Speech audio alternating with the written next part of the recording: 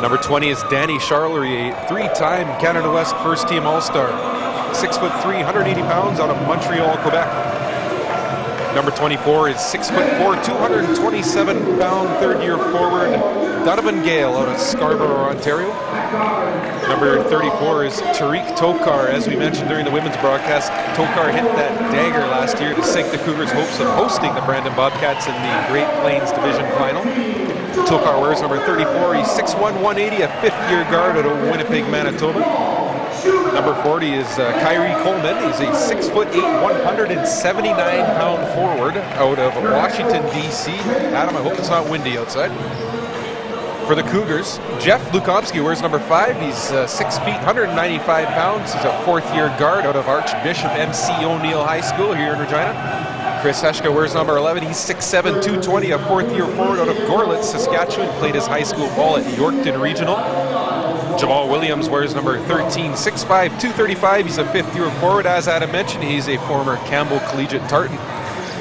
Paul Schuback, 6'1", 190, a fifth-year guard out of Regina. He played for the Balfour Redmen. And number 20 is Jordan McFarland, 6'2", 200, fourth-year guard out of Regina. He was a Winston Knoll Wolverine during his high school days. Adam? Perfect timing, Braden, as we're set to tip this one off. Should be a dandy from the Center for Kinesiology, Health and Sport. Chris Heshka, the shaven one, wins the tip-off, and Jordan McFarland controls for the green, white, and gold. Back to normal colors after you watch that ladies game. The girls were decked out in pink, and there's Chris Heshka working down low. Cougars up 2. Brandon now back the other way. Bobcats come in 6-8. Cougars at even 6-6 after 2 wins last weekend in Manitoba. Pass down low. Paul Schuback there to cut it off. Tips it out of bounds, so Brandon will have 11 seconds on that 24 to shoot. 9:31 very early here in the first quarter. Of course, these two teams have met many a times, both regular season play and in the postseason. That ball is tipped away by McFarland, scooped up by Chris Heshka. Here come the Cougs. Don't have the stats offhand, Adam, but I wish I knew just how many times Brandon and Regina have met over the years. As you mentioned earlier, it just seems to be every single year they meet in the playoffs. Jamal for 3 is off the mark. Here comes Brandon the other way. Tariq Tokar throws a pass to the front row. The special seats there on the court side. 2-0 Cougars lead. Chance to extend that 2-0 lead. Schuback brings it over half, down low. Nice seal by Chris Heshka. He goes up. It's Chris Heshka 4, Brandon nothing here 1 minute in the first quarter. Now Tariq Tokar, Donovan Gale, Kyrie Coleman. Everyone getting a touch here. It's Gale, fadeaway jump shot from the baseline off the mark. Rebound to Regina. They've come out with energy here in the first minute and some odd seconds in the first quarter. As we mentioned, Coleman, number 40 for Brandon out of Washington, D.C. You got to wonder what the connection is to Brandon. Jeff Lukovsky soaring up in the lane with a little teardrop. 6-0 Cougars lead. Danny Charlery, 6'3", 180, gets it down low. Back up top for Coleman. Near side, Gale. Working on Jamal Williams, throws a pass to Chris Heshka. That's the wrong team. Here comes Jeff Lukovsky the other way. 1-on-3 goes up, tipped away there. And now back the other way comes Brandon. Behind the back goes Charlery. He's going to go through the lane and throw the pass away. It's end-to-end action here. Cougars force another turnover. Here's Schuback. Now the Cougars will set it up. Nice crossover move. Gets a wide open look to Chris Heshka. Throw it down. Cougars 8, Brandon 0. Timeout on the floor. Keith Vassell and his team trailing 8-0. Braden, what a start by the Cougars. Yeah, this is exactly how the Cougars wanted to start. Adam, getting out big in front of a real good home crowd here at the CKHS. Very enthusiastic crowd at the CKHS. Of course, nothing is going to compare to Brandon in their atmosphere, but a lot of fans decked out in green here tonight, making a lot of noise, getting on the Bobcats early. Cougars have come out with energy, Braden. That's been their problem in the games that they've lost here at the CKHS. They come out flat. Not tonight. They're forcing the turnovers. They're not turning the ball over. They're forcing it. They lead 8-0. Yeah, really, Adam. Cougars are 6-6 this year, and that's almost all because of their play on the road. They're 5-1 on the road so far. Sorry, 5-3 on the road, and 1-3 at home. course, 2 big wins last weekend for the Cougars. Have them right in the thick of this playoff race. What are we looking at, Braden? What does this game mean in terms of the standings? Well, it means plenty, Adam. With, like we said before, 5 teams separated by just 1 win. It's ridiculous just how jam-packed these standings are, these Prairie Division standings are, from second right down to 6th place. All right, so with Brandon trailing 8-0 here, just 2 minutes and 12 seconds into the first quarter, they will inbound. Access 7 Sports, bringing you the Bobcats and the Cougars. Down low, Charlery spins and throws up a shot. It's on the rim and now pulled off by Jamal Williams. Look at that lead pass to Heshka. He goes up and nearly gets the shot to go, but does get fouled. To the free throw line goes Heshka for the first time. And not his strong suit, Braden, shooting free throws. First team foul on the Bobcats, first on Donovan Gale. Yeah, as you mentioned, Heshka not really too great of a free throw shooter at Adam, just 41.6% on the year. Off the rim on the first shot there, so Chris continues to struggle from the free throw line. Cougars defense has been lights out so far, forcing turnovers. 4 of them from Brandon already in the first 2 minutes and 30 seconds. Chris misses both free throws. Here comes Tariq Tokar. He'll hand off to Charlery. Go between the leg a couple of times. Now skip it across to Coleman. He throws up a shot. That one rattles in and out. And Lukomsky was sent sprawling. It was a great play by Lukomsky to keep that rebound in play, Adam. No whistle on the contact. Here's Schubach from the land beyond. Off the rim and rebounded. Here come the Bobcats. Tariq Tokar sets up the offense. Working on Jeff Lukomsky, calls out for the screen, now gets it down low to Charlery. He'll throw it away off a Cougar player. So with 12 seconds left on the 24 and 6:52 left in the first quarter, Brandon will inbound.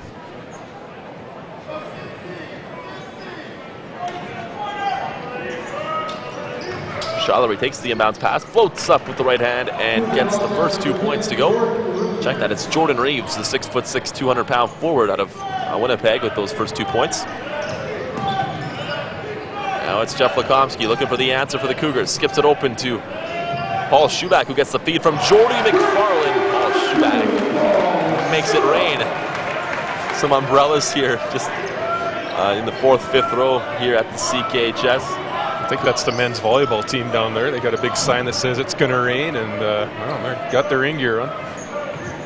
No shortage of enthusiasm here.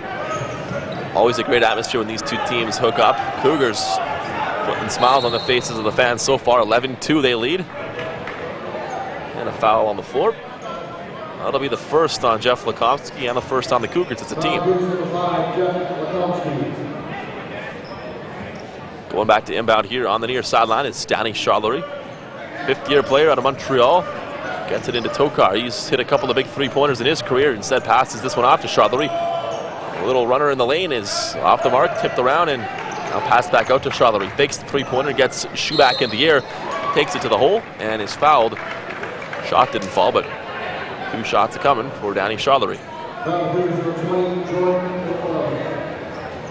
That's the first foul on Jordan McFarland, 2nd team foul.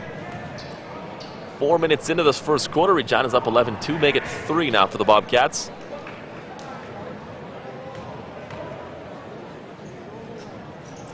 And make it 4, 11-4. Cougars in front. We're out to an 8-0 run to start this game. Brandon showing some full court pressure here. Jamal Williams brings it over half, no problem. Hands off to Jordy McFarland. Now Lukomsky, open lane there to drive through, kicks it out. Schubach, McFarland, he'll put it on the floor. Gets it back to Schubach. Cougars with 7 to shoot. Plenty of contact there, and Jamal Williams does a good job at drawing that foul with the shot clock down to 5. That'll be the 2nd team foul on Brandon and the 1st on Jordan Reeves.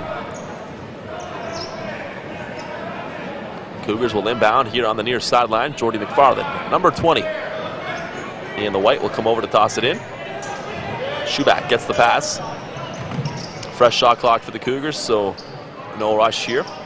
Lukomsky's going to jack one up from the land beyond anyways. It's off the mark, rebounded by Martin Lawrence into the game for the first time. 4th-year player out of Toronto. And now a foul on Lukomsky That's going to be his second, and it'll bring Sterling Nostad into the game. Third team foul on the Cougars. Sterling Nostad, of course, right there from Brandon, Manitoba, playing against his hometown university. And he's going to D up on Tariq Tokar here to start this possession for Brandon. Nearing the midway point of the first quarter, Bobcats down 11-4. Looking to cut into that, Tokar. Charlery throws up a contested three-pointer, backside rebound, no problem from Sterling Nostad as he makes sure he comes down in bounds as well. 5 minutes even left in the first quarter. Open look, Nostad off the bench, can't get the first shot to go. Rebound is sent sky high up in the air by a couple of players. Cougars come down with it. Yeah, advantage Jordy McFarlane on that big kind of impromptu jump ball there, Adam. Nobody can jump higher than Jordy McFarlane. Pass down low to Chris Heshka. He goes up, gets it to go. Sorry, Braden. With the possible exception of Jimmy Scroggins, I guess we'll see. We will find out very soon. Jimmy Scroggins, we would expect to see in this game in the near future.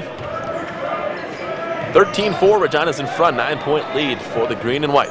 Jimmy Scroggins wearing some pink laces and pink knee pads over there, Adam. Is that a pink? Is that pink? It's pink. The ever-animated guy that we're going to get used to seeing here at the CKHS. Here's McFarlane putting one up quickly from the near corner. Off the mark. This game's got a lot of energy early, Braden. Now it's Brandon the other way. In transition, Charlery puts one up.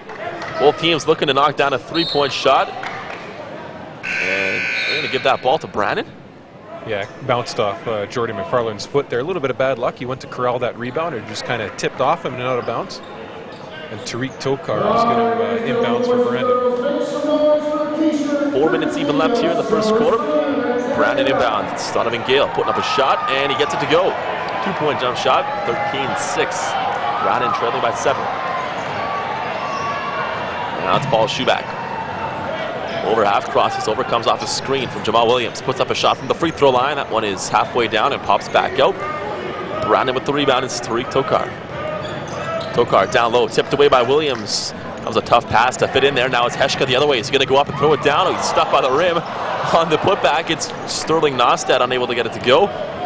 Tough break there for a couple of attempts for the Cougars. Other way, it's Donovan Gale getting it to go. So a 4-point swing there. Braden looked like two sure ones for the Cougars. Instead, Brandon picks up a couple. Now the other way, Schuback throws up an errant shot.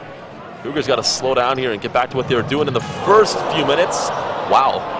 Donovan Gale nearly put the silencers on the Cougar crowd here. What's going on, Braden? Both these teams trying to elevate at the rim and coming up empty. Yeah, a little bit of attempted showtime there by Donovan Gale, and I'm not sure what happened to Jordy McFarlane's layup as Marek Dovnarovic and Darius Smolga ready to check in. These guys shaved their heads. They're throwing me for a loop at them. I got to look twice to see who it is. Here's Brandon Tokar, drives, fakes the pass, goes up, and does not get the generous roll. Looked like it was going to go down. And instead, Brandon takes the offensive rebound. Shot goes up, and Danny Charlery makes it a 13-10 ball game. A couple of missed opportunities there for the Cougars, Adam. They really got to score on this possession here, or else Brandon's going to have all the momentum coming back. Sterling Nostad puts up a quick three. The Cougars not using any of this shot clock, Braden. Throwing up quick contested jumpers, settling for shots outside of the paint. Now Charlery puts one up in a hot contention there from McFarlane, who's got an open lane if he can get a pass, and it's tipped out of bounds. Wow. This just looks like street ball right now, no Adam. Kidding. Both teams going end-to-end, pulling every trick out of the bag. The scoring really hasn't been there. It's only 13-10, Cougars out in front. Time out on the floor. Both these coaches just trying to get back to basketball, really. This is starting to look like the annual non-conference game against the Minot State Beavers. Just run and gun and jack up 3 balls. It's all right for us, though. A lot of action to keep us busy, keep us on topic. 3-point lead for the Cougars. 2 minutes left in the first quarter. How about some stats through 8 minutes, Braden? Now for Brandon, it's Donovan Gale. He had 5 points. Would have had 7 if he had thrown down that attempted alley-oop pass. Danny Charlery has 4 points. He's already 1 for 6 from the field. He's thrown up a lot of shots so far. For the Cougars, it's Chris Heshka with 8 points. Paul Schuback has 3, and Jeff Lukomsky has the other. Look at Reggie the Cougar dance it up here at the Center for Kinesiology, Health and Sport on Access 7 Sports. Some of the Cougar ladies still decked out in their pink uniforms, making 50-50 sales here in the men's game. As we get ready to resume action here, first quarter. Cougars leading by 3. It was 8-0 at one point. Brandon has done a great job at getting back into this game. Ready to go. It'll be the Cougars to inbound after that long pass to Jordan McFarland was tipped out before the timeout. On the floor for Regina, it's Jamal Williams, Darius Small. And Jimmy Scroggins making his first appearance too. Certainly is. Up and good. 3-point jumper. Cougars take a 16-10 lead. Donovan Gale now. Pass is tipped out. Tell us about Jimmy Scroggins. Well, he's a very, very athletic, tenacious defender, Adam. He's recorded a lot of steals coming off the bench so far, and you saw why right there. He used his quickness there to get in the lane, knock that pass away. It's Marek Dobnarovich with that last 30-pointer. The Cougars up 16-10. Scroggins last played at Bakersfield College. Knocked to the floor there is Jimmy, and he draws the offensive foul on the loose ball. So making that energy right there.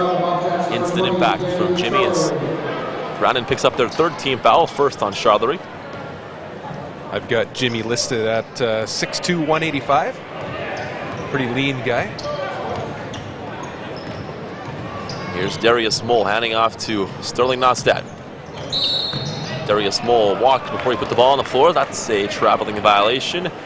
Cougars still up 6, 1:27 left here in the first quarter.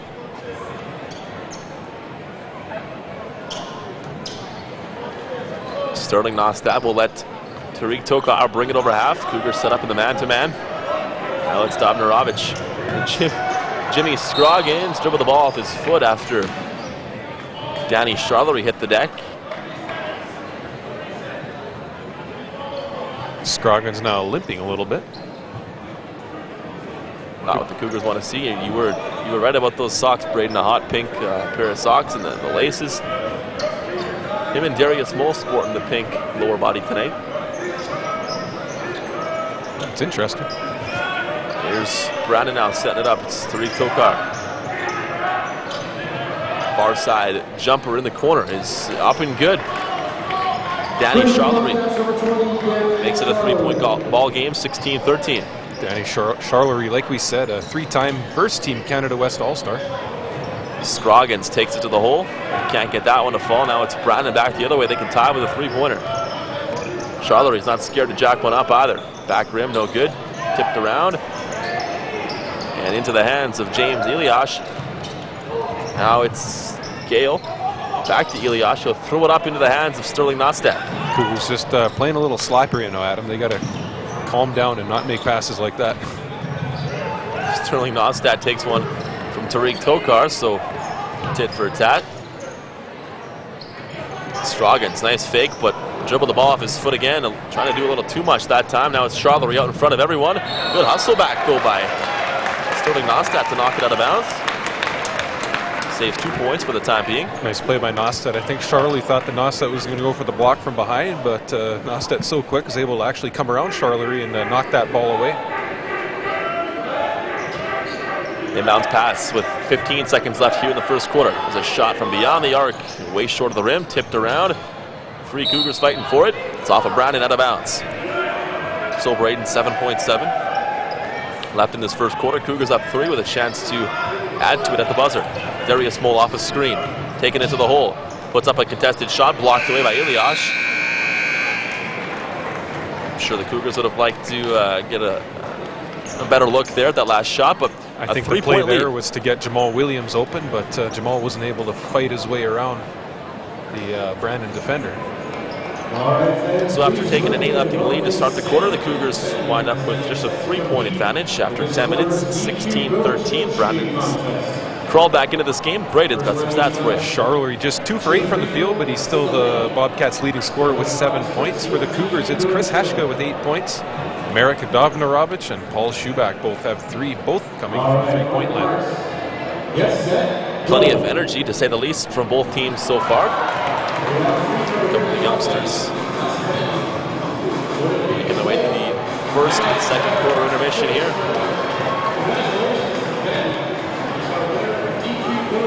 Bobcats, of course, two teams neck and neck in the standings. Such an important weekend. Really, they'll be back at it Saturday night here at the CKHS.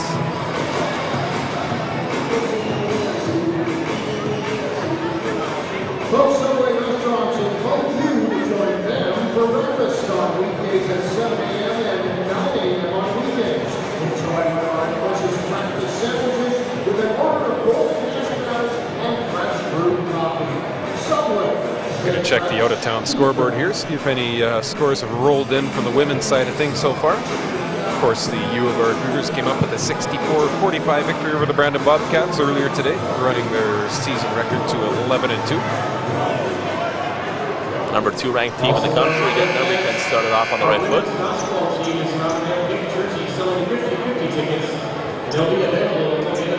About to get going here in the second quarter on Access 7 Sports. Cougars leading by 3, 16-13. Both teams playing an up-tempo brand of basketball here tonight.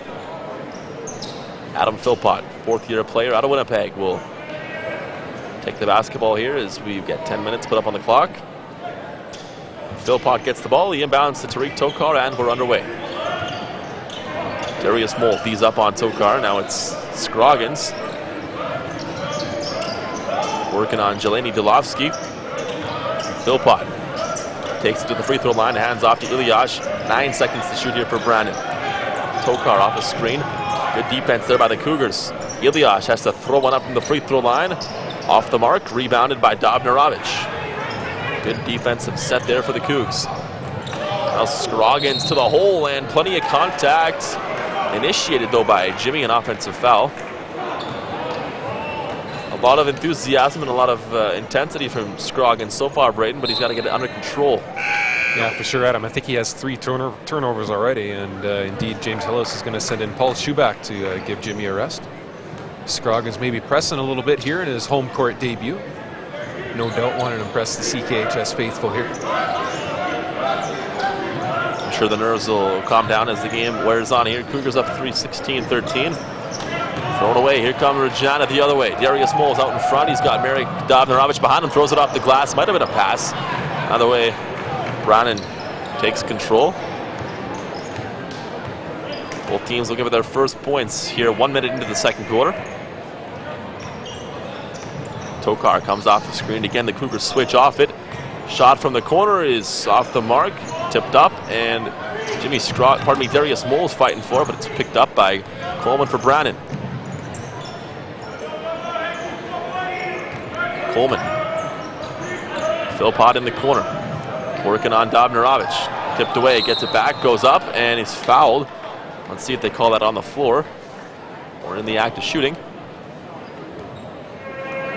Adam Philpott, a familiar name for the Brandon Bobcats, but didn't actually go to school in the first semester. Joined the team during the Christmas break. He's playing in his 3rd game of the year for the Bobcats. Indeed a shooting foul, so Philpott will go to the free throw line for the first time tonight. And drains the first shot. 2-point game, 16-14.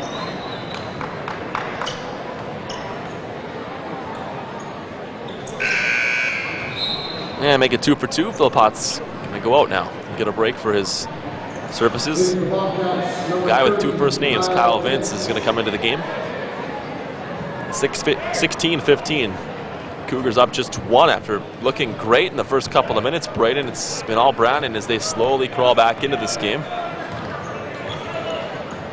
Here's Darius Moll setting up the offense. Top to Schubach, down low. Good seal there by Heshka. Plenty of room down low. Missed the shot, but Marek Dobnarovic comes soaring in for the putback. Cougars go back up by 3.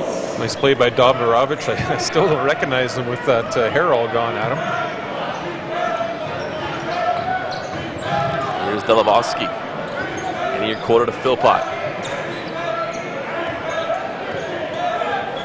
Delovsky gets it again. Crosses over. Thought about a shot, and he's going to travel before he puts that one up.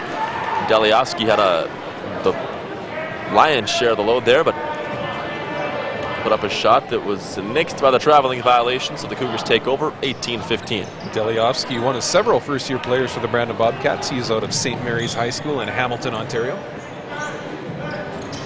Now Jamal Williams over to Paul Schubach, wide open for 3. He's hit one tonight, came up well short on that one. Good effort by Darius Small to save that one. It goes tumbling to the ground.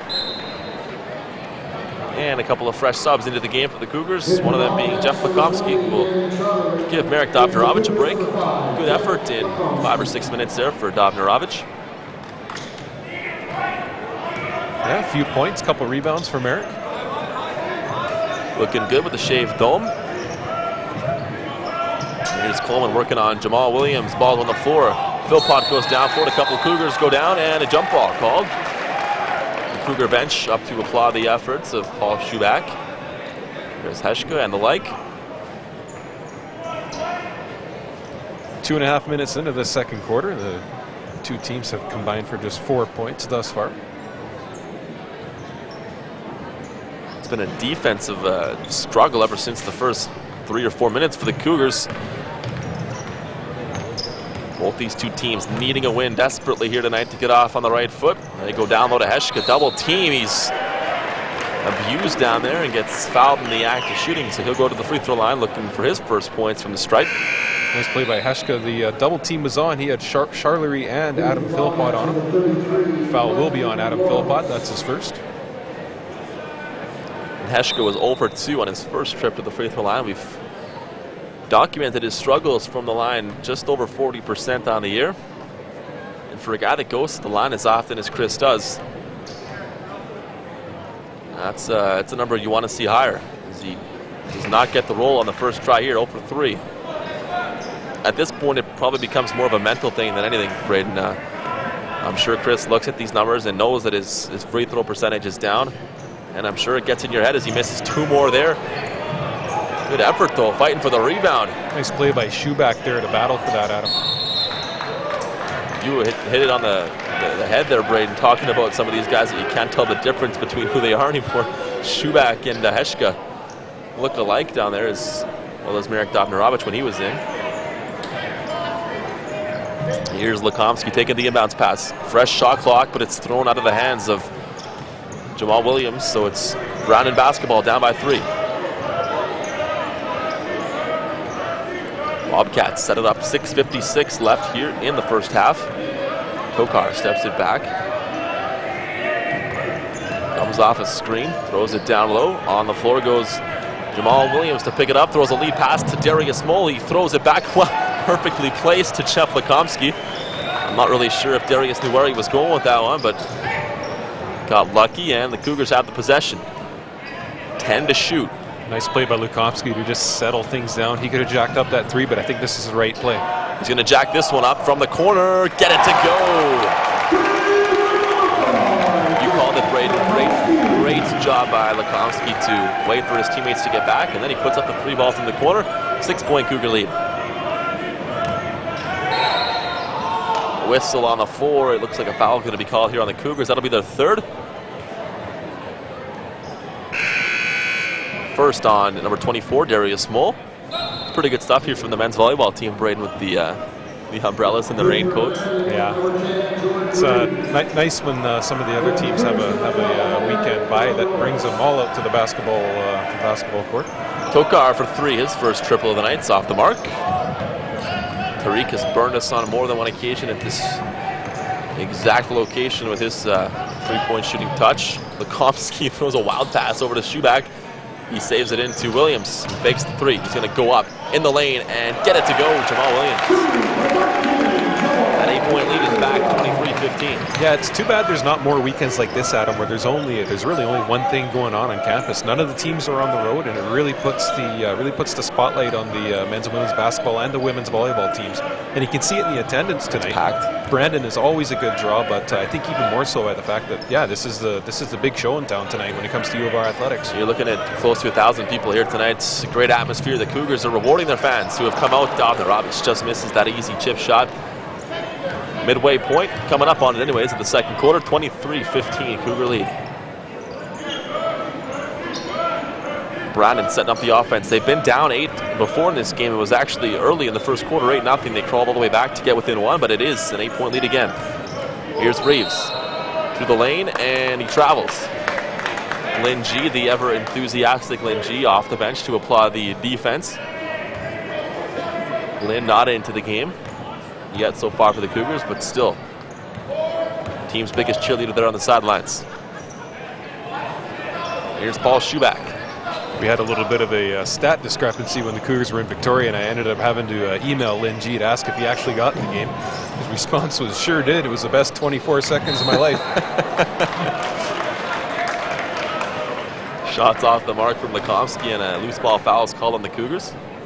Lynn G came in to rest Chris Heshka in that game. He had one possession up the floor, one possession down the floor, and then right back off to the bench. The Canada West stats are kept by the minute. Am I correct there? Or You are correct, yeah. So how does it show if he plays 24 seconds? It'll say 0+ Okay. on the minutes played.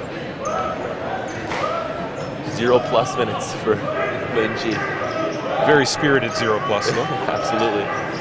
Here's Brandon with the ball. Charlery, he's been jacking up triples all night. Gets one to go there. Yeah, the Cougars are going to be in trouble if Charlery starts hitting his shots at him. He's a very good player. He's 2 for 9 tonight, 1 for 6 for three-point land. Check that, make that 2 for 7 for three-point land. One of them streaky players. Not afraid to shoot. That's what you like to see from one of your best players. Now it's Reeves putting one up. Rattles off the back of the rim and into the hands of Paul Schuback. Here come the Cougars on the run. Kind of a different look Bobcat team. Like, they have Charlery and Tokar back, but Stevens Marceline was a real interesting player. Remember, he had that kind of old school hook that he used to great success against the Cougars all season long.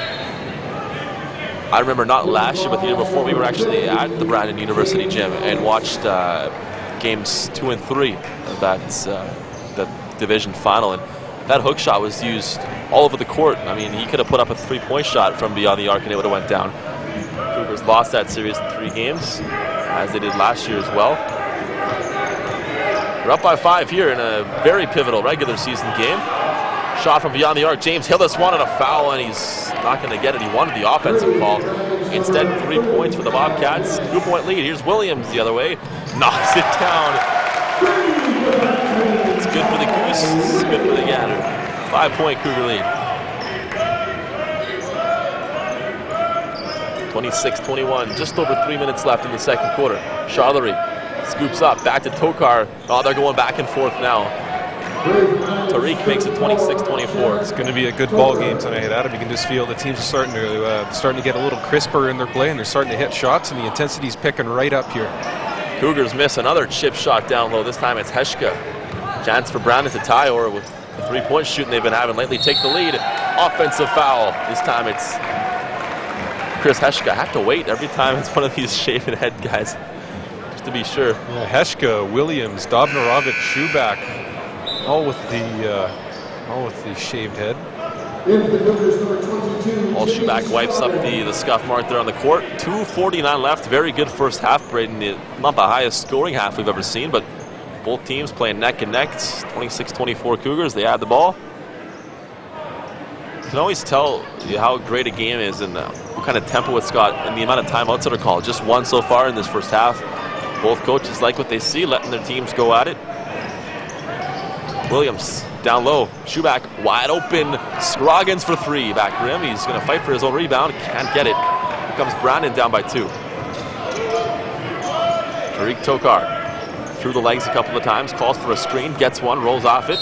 Throws down low to Martin Lawrence. And a foul call before the pass. That'll be the 4th on the Cougars. Scroggins had an open look there, Adam, but I'm not sure that's his game. He's now 1 for 10 from beyond the arc this year. Scroggins not really an outside shooter, more of a penetrator from what I've seen in practice on the first quarter in a bit here. That foul on Scroggins was actually the 15th foul. So free throws coming up for Tariq Tokar, who makes it 26-25. He'll have 1 more to tie it up. Be the first tie game since the opening possession. And it is. 26 is apiece. Tariq Tokar's got 5. Braden just made note of this, but this game has a feel like it's coming right down to the wire. So stay tuned with us on Accent 7 Sports. Should be a beauty as we make our way towards the first half buzzer here. Just 2 minutes and 15 seconds left in the second quarter. That passes to the wrong team as Tariq Tokar now throws it up to Danny Charlery. Jimmy Scroggins goes leaping over everything to save that ball. Here come the Cougars 3-on-2. You know the fans will Williams appreciate that effort. For 3, no good. Scroggins down in there with the rebound. Jimmy Scroggins just made about 1,200 friends here at CKHS with that little series. How did he get down the court so fast? He was almost outside. Out in the lobby and then back on the other end of the court for an offensive rebound and 2 points. Jimmy Scroggins puts the Cougars up 28-26. Very knowledgeable and appreciative fans here at the CKHS. You're right. He's going to make a lot of friends if he keeps playing like that, Adam. Double dribble whistled on Brandon. Great energy here, Braden. Probably the best we've seen in this gym since last year's Women's National Championships. You can thank Jimmy Scroggins for getting the very big Cougar crowd on its feet here tonight. Let's see what he can do this time down the court. Passes off to Schubach. Off a screen. Heshka has got a wide open McFarland behind him. Instead, he's going to back it down himself. 5 seconds to shoot. Back to Heshka. Open look. Schubach for three. Front rim, no good. Backside rebound. A big leaper. McFarland then had it knocked away. Nice block. Here comes Brandon. Still down 2. Tokar. Wide open look for three. It's Gale. For all the work that the Cougars have done to get this crowd in the game, it's Brandon now up for the first time, 29-28. What a great first half of basketball. McFarland finds Heshka. Back to McFarland. Jordy's going to jack it up. Can't find the bottom of the bucket. Brandon now has a chance to extend their 1 point lead. Wide open look. Vince for three. It's no good. Tipped up, and Heshka brings it down. 30 seconds left in the second quarter. McFarland has a tip from behind, then is pushed away from the basketball. No foul called. Here comes Brandon. James Illis calling for a whistle. We'll have to watch as Brandon sets it up on the offensive side. 15 seconds. The game in the shot clock pretty much dead even, now down to 10. Brandon can shoot the last shot here in the first half. Tokar, open look, blocked away. Now Williams tips it over to the bench. And out of bounds. Great job by Jamal. 1.3 seconds left here in the second quarter. Nice job by Jamal Williams there. James Elia, 6'11", 225, and Jamal was able to elevate and knock that ball away. What a first half it's been. Brandon is up 1. They're going to have a chance to put up a last-second shot here and make it more. But like Braden said, great job by Jamal to close down on that shot and make sure that the Cougars are likely going to be within 1 here going into the half.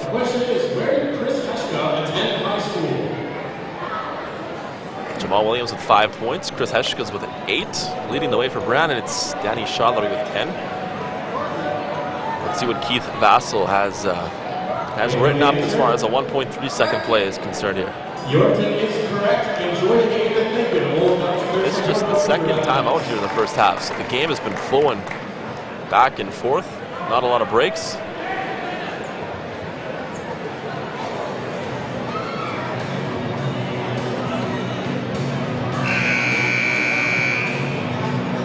Both teams taking a couple extra seconds in their respective huddles. Cougars, I'm sure, just going over what not to allow to happen. You want to make the shot come from the outside. Don't let anything get down low.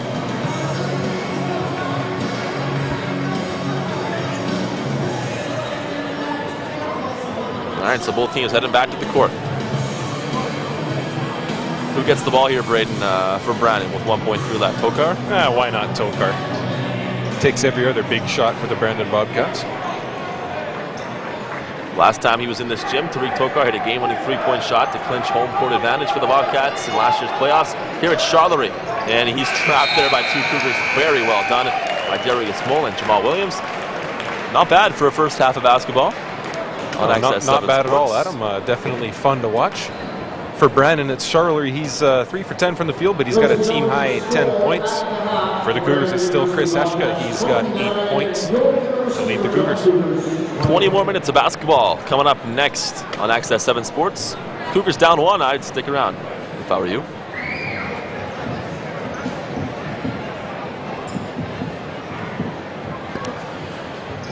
All right, basketball fans, welcome back to the Center for Kinesiology, Health and Sport. A beauty of a first 20 minutes. Brandon with a 29-28 lead. And starting the third quarter, the Cougars with possession, Adam Geiger and Braden Conshu on Access 7 Sports. Jamal Williams sets up the offense. Jeff Lekomsky on the far side. Cougars looking to score on their first possession. Jordy McFarland left wide open for 3. Can't get the shot to go. Tip back out, though, by Williams. Check that, Heshka. Well, that is Williams down low. These guys need their hair to grow out, Adam. No kidding. Lukomsky makes it rain from outside. The Cougars take a 2-point lead, 31-29. Our Make It Rain, the men's volleyball team, is nowhere to be found, Adam. They would have loved that. I bet on it. Take a guess as to where they are right now. Stocking up on beverages. Long lineup there. Now turnover by Brandon, so the Cougars do a great job coming out of the gates, scoring with that 3-ball, and have a chance to continue here. Great first half here on Access 7 Sports, Braden. Cougars got out to an 8-0 lead. They did fall behind, but are now back up with that 3-ball. Here's Paul Schubach setting things up. High post to Heshka. Finds Jamal Williams. Now Schubach up top. Lukomsky looking to make it 2 for 2 in the second half. It's off the mark. Rebounded and taken out by Brandon. Danny Charlery brings it over half. He had a pretty good point total there in that first half, but the shooting percentage is not quite what you're looking for. Here's Tariq Tokar. Had his foot on the line. They're going to call. Oh, they will say it's a 3-ball. A foot behind that 3-point line. Tokar hits a big 3-pointer, puts his team back up by 1. Cougars set up the offense. Paul Schubach. High post. Chris Heshka.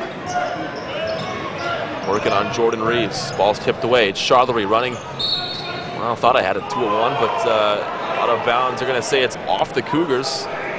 James Illis doesn't agree. You can hear James Hillis clearly all the way up here. I'm not sure if you could hear it at home, but James Hillis is pretty adamant that ball should have been going the Cougars' way. Mick Panko just absolutely beside himself. Got up from his second spot there on the Cougar bench, walked all the way to the water fountain to have a drink. Mick's fuming. Assistant coach there for the Cougars. Driving the lane. Nice move there to the hole by Donovan Gale. Brandon's up 3, and not a good sign here for Cougars fans. Chris Heshka's down on his backside holding his right knee. Yeah, you expect the guy to be holding his ankle when he goes down like that. It's definitely not good when he's holding his knee like that, but Heshka's back up. He's going to roll down the floor. Looks like he's none the worse for wear. Cougars, their largest deficit of the game, just 3 points. I mean, they've been leading throughout except for the last few seconds of that first half. Down 34-31 here. Here's Jeff Lukomsky driving. A nice job by Tariq Tokar to stop that pass to the corner. Here's Brandon and Charlery with a chance to give his team an even bigger lead. Tokar down low to Charlery. What a bulldog. Just gets his way to the basket and scores 36-31. Tariq Tokar only averaging 10.1 points per game, Adam, but he's one of those players that brings so much to the floor. One of those real intangible guys. Always seems to come up with the big play just when the Bobcats need it. Big 2 points there from Paul Schubach. Stops the bleeding for the Cougars. Other way now. Shot off the mark, but a rebound by Reeves. And back up and good is Jordan Reeves. The offenses have shown up to play here in the third quarter, 38-33. Cougars trailing by 5. They throw that one away. Here comes Tokar, 4 on 2 of the Bobcats. Wide open look for 3. Gale, back rim, and tipped over to Charlery. He goes up, can't get it to fall, and now Williams scoops up the board. Just scrambly play for the Cougars as they come up with another turnover after Paul Schubach stepped on the baseline. James Hillis has seen enough at him. He's going to call a timeout here. Brandon on the road looking to pull off what would be an upset. They've come out with the energy here in the third quarter break. Both teams had it in the first half. Cougars still looking to find their legs. 38-33. It was a 1-point game when we started this second half.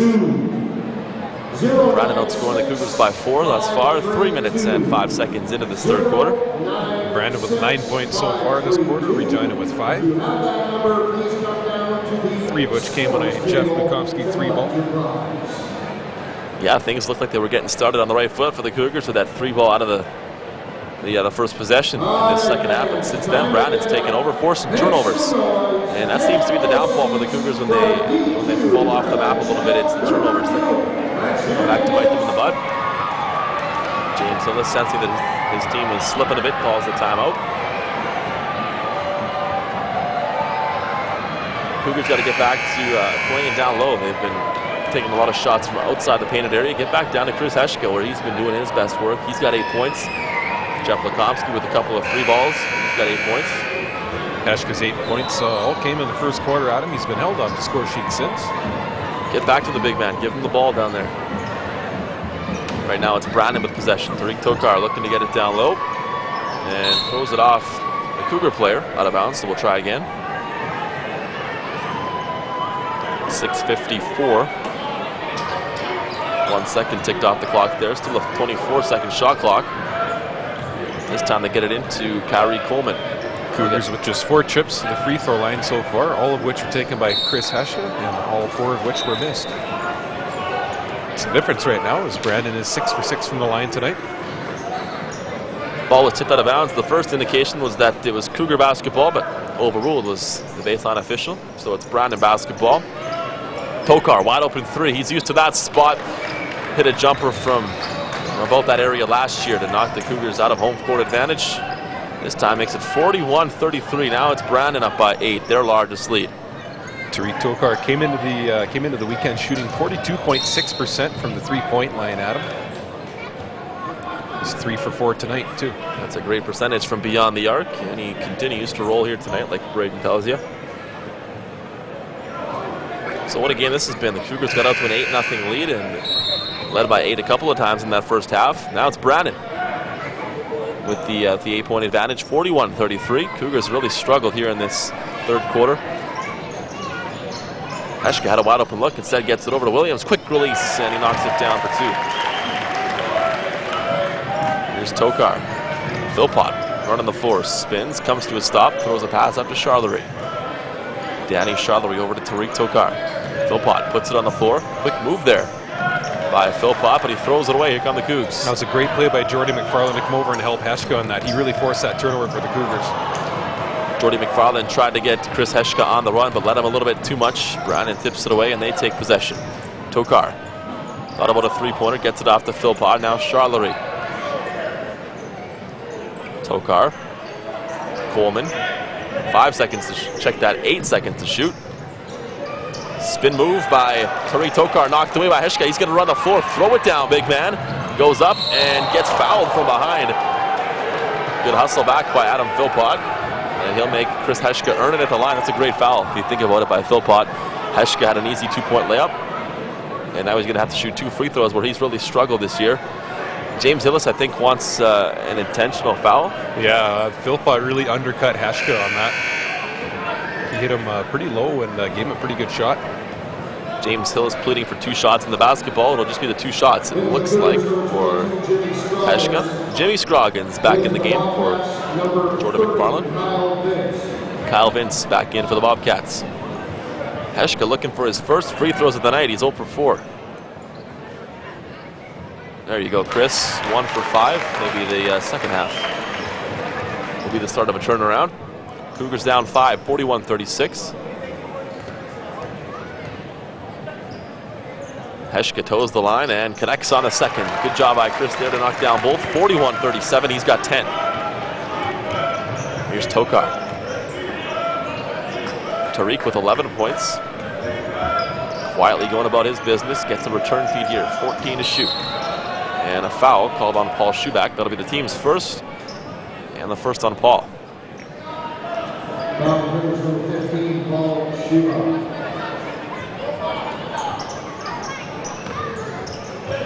Pass into Charlery. Fresh shot clock. Crossover through the lane. Throws up a floater. No good. Tipped around and back to Charlery. He's going to jack it up from the line beyond now. And come up well short. Ball's out of bounds. So after falling behind by 8, the Cougars now down by just 4 as the men's volleyball team gives it to Danny Charlery for that air ball. Only the best players get heckled, Adam. That's right.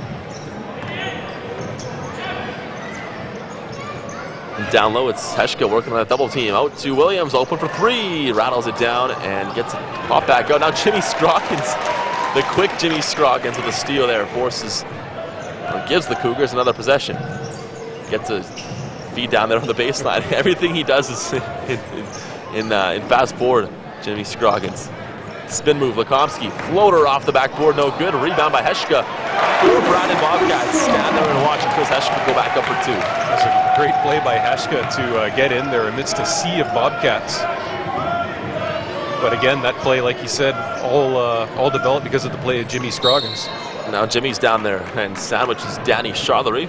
There's a foul on the Cougars. It's going to go to, I believe it's going to go to Jimmy. Second team foul, and it will go to Jimmy. That's his third. 4:20 left here in the third quarter. Regina's down 2, 41-39.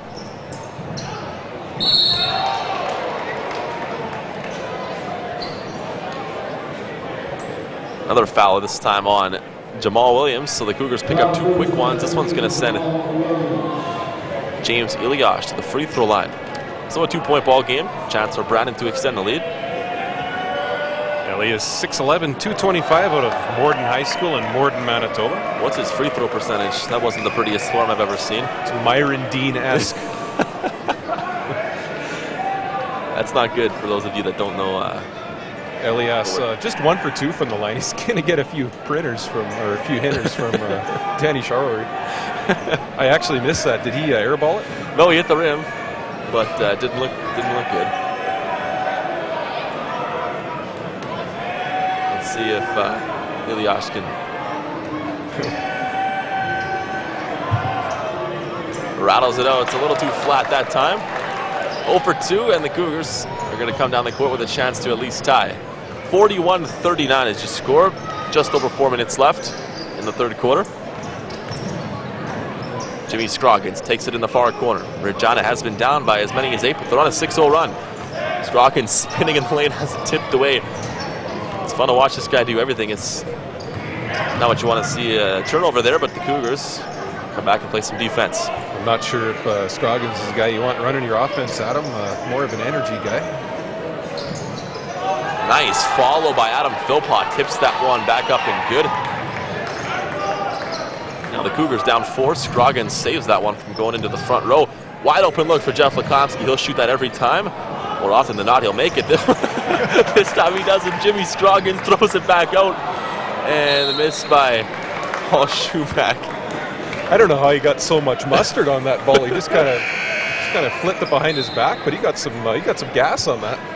Jimmy's fast becoming my favorite player in 2+ quarters here at the CKHS. Step aside, Paul Gros. We have a new favorite up here in the broadcast booth. Cougars are down 4. Paul Schuback could not convert on that save by Jimmy Scroggins. 3:13. It's 43-39 left. Or pardon me, for the Brandon Bobcats. 3:05 left in the third quarter. Fake there by Adam Philpott. He fades away on the baseline. Does not get the shot to go. It's rebounded by Schuback. A couple of Brandon Bobcats try to trap him. Now he escapes. Gets a return feed from Heshka. Takes it to the hole. Goes up. Off the backboard and good. Paul Schuback doing it all. Not often that Paul's going to try to do it himself like that, but when he does, usually gets it to go. Jimmy Scroggins with a couple more fans out there in the shell box. Tariq Tokar off there, and here come the Cougars with a chance to at least tie.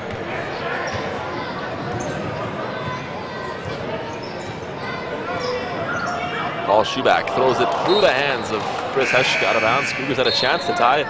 Instead, Brandon will come down the court and try to extend the lead. Nice little play run by the Cougars there with Chris Heshka winding up open down low, but Schuback just a little high with the pass. On the court for the Cougars right now in the back court, Paul Schuback, Jeff Lukomsky. Front court has stopped the Roberts Williams and Jimmy Scroggins. Puts a hand up in Danny Charlery's drill. Now a pass off to Coleman. Kyle Vince. Tariq Tokar down low through the hands. A little too much to handle there for Martin Lawrence. 43-31, man. It's been a tough sled in here for Brandon in the last 5 or 6 minutes to score the basketball. They had a 41-33 lead. Scored just 2 points since about the 6-minute mark. Cougars with a chance to tie this game up here, down 2. Jeff Lukomsky thought about coming off his screen, but dribbled it off his knee, and now he has to save it to Scroggins. Pardon me, Darius Moll. Now back to Scroggins. Williams settles it down. Nice pass to Lukomsky in the corner for 3. Cougars take a 1-point lead. 44-43. Jamal Williams really threaded the needle on that pass break in between two Brandon players. Komsky jacks it up for his third three-pointer of the night. 44-43. 7 seconds to shoot for Brandon now. Coming the other way, a lot of contact there by Williams, no foul. Good defense on Tokar, who steps back, throws it up. Can't get it to go, but a rebound for Coleman. And now Jeff Lukomsky is going to pick up a foul on the rebound. That'll be his third, the team's fourth. 1:06 left in the third quarter. This game's got the 8-point lead, for Regina, 8-point lead for Brandon. It still feels like whoever's got the last possession, Brady, is going to have a chance to win this game. Yeah, this one's going to go right down to the wire, Adam. Don't let those almost double-digit leads fool you. It's going to be close. Charlery from long distance, can't get it to go. Nice rebound by Lawrence in traffic, and late foul called. It's like Jimmy Scroggins is going to get nailed with that foul, Adam. Is that his fourth already? It would be Jimmy's fourth. Instead, it's Marek Dobnarovic's second. So 5 team fouls now. It would have been a shooting foul anyways. So to the line goes Lawrence. Off the mark. Free throw shooting continues to ail both teams here tonight. A lot of Cougars with fouls on the court right now, but nobody in too much trouble yet. 3 fouls for Lukomsky, 3 fouls for Scroggins, a couple for Dobnarovic, and 1 each for for Williams and Darius Moll. 1 of 2 is good for Martin Lawrence. We're tied up at 44. Is a must-win game, you want to call it that perhaps, for both of these teams. Very important anyways to pick one up here and get off on the right foot this weekend. Standing so tight. Both these teams are right in the thick of things. Jimmy Scroggins goes up and under for 2. That's why we like him, Adam. That was a great play by Scroggins to keep his composure. He took a lot of contact and was still able to lay it up and in for 2. Very excitable on the defensive end as well. He's pumped up by those 2 points. Look at him. Red-outed half on Danny Charlery. He's got the mojo flowing. 7 seconds to shoot. Charlery crosses over on Scroggins. Jimmy forces an errant shot. Ball on the floor, picked up by Lukomsky. Here come the Cougars. What the heck?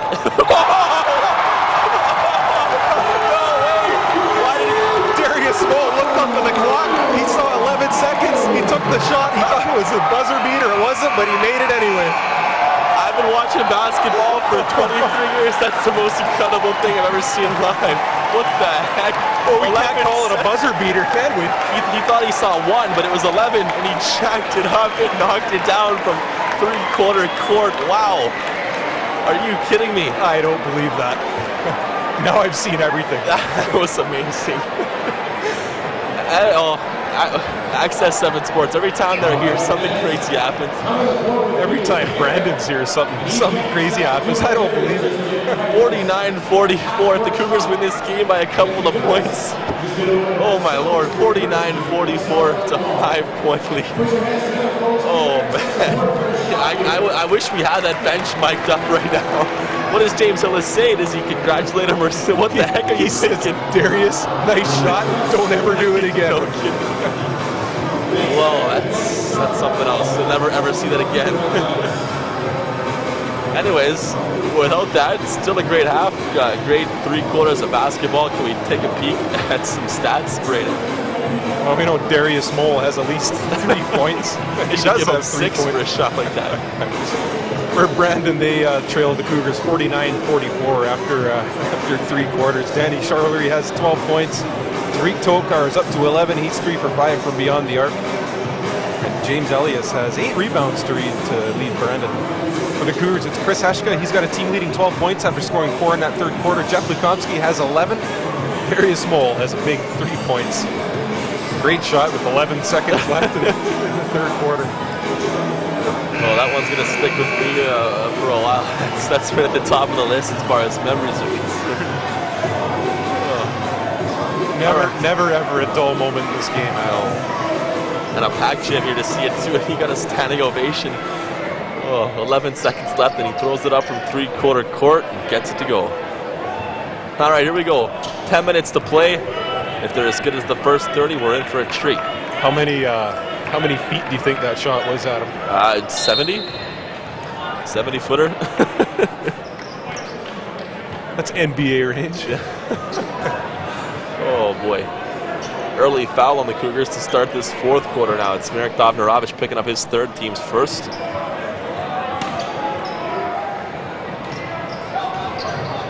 Brandon's down 5, looking to. How do you rebound after something like that? They missed the first shot out of the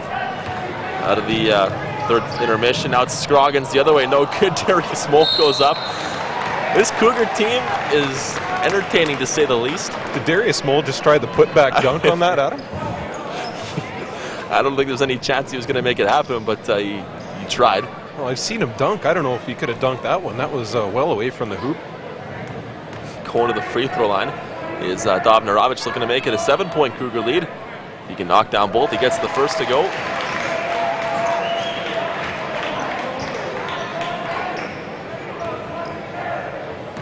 Dovnarovic looking for point number 7 and a 7-point lead for the Cougars. There you go, 51-44. Dovnarovic has got 7. Yeah, we got to get that shot on YouTube somehow, Adam. What an absolute beauty. Even if that shot doesn't go in, it's still a story that he took that shot with 11 seconds left. But the fact that it went in, well, that stuff legends are made of right there, as Brandon now continues to scuffle out of that wild event there at the end of the third quarter. Lukomsky can put a dagger in him here early in the fourth quarter, but he misses the shot.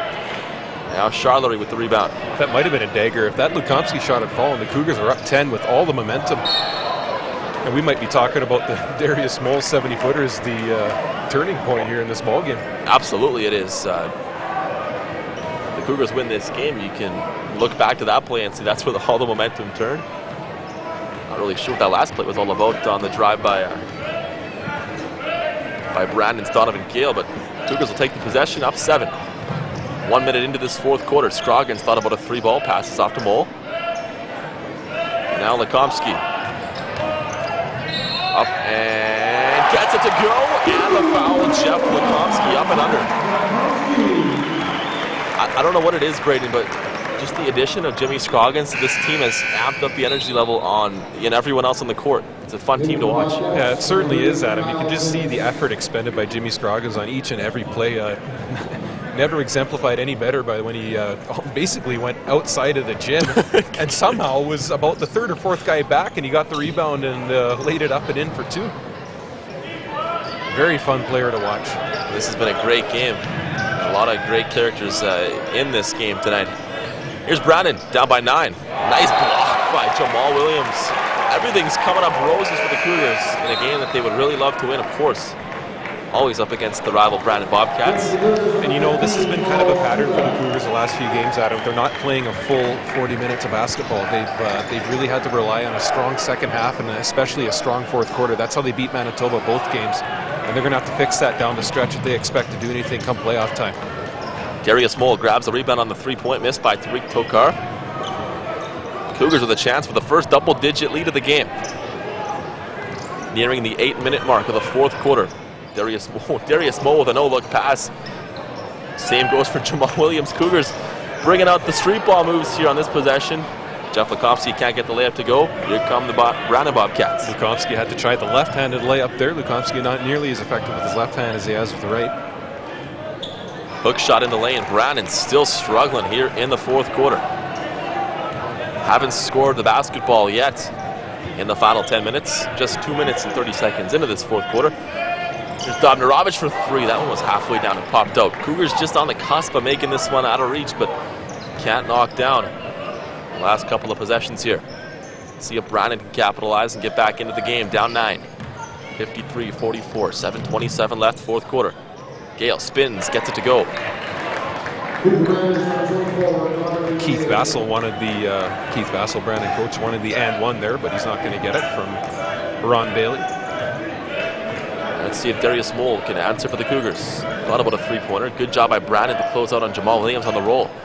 Dovnarovic is going to try again for 3. Short. Jeff Lukomsky will grab the rebound as a couple of players hit the floor. Physical game here.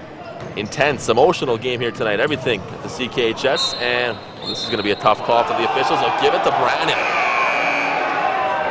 About 1,200 strong, not agreeing with that call. Yeah, the guy involved, Paul Schubach, he didn't argue at all, Adam, so Number 50, That might be Paul Schuback just being the guy that he is, though. Doesn't often make a lot of noise in the court.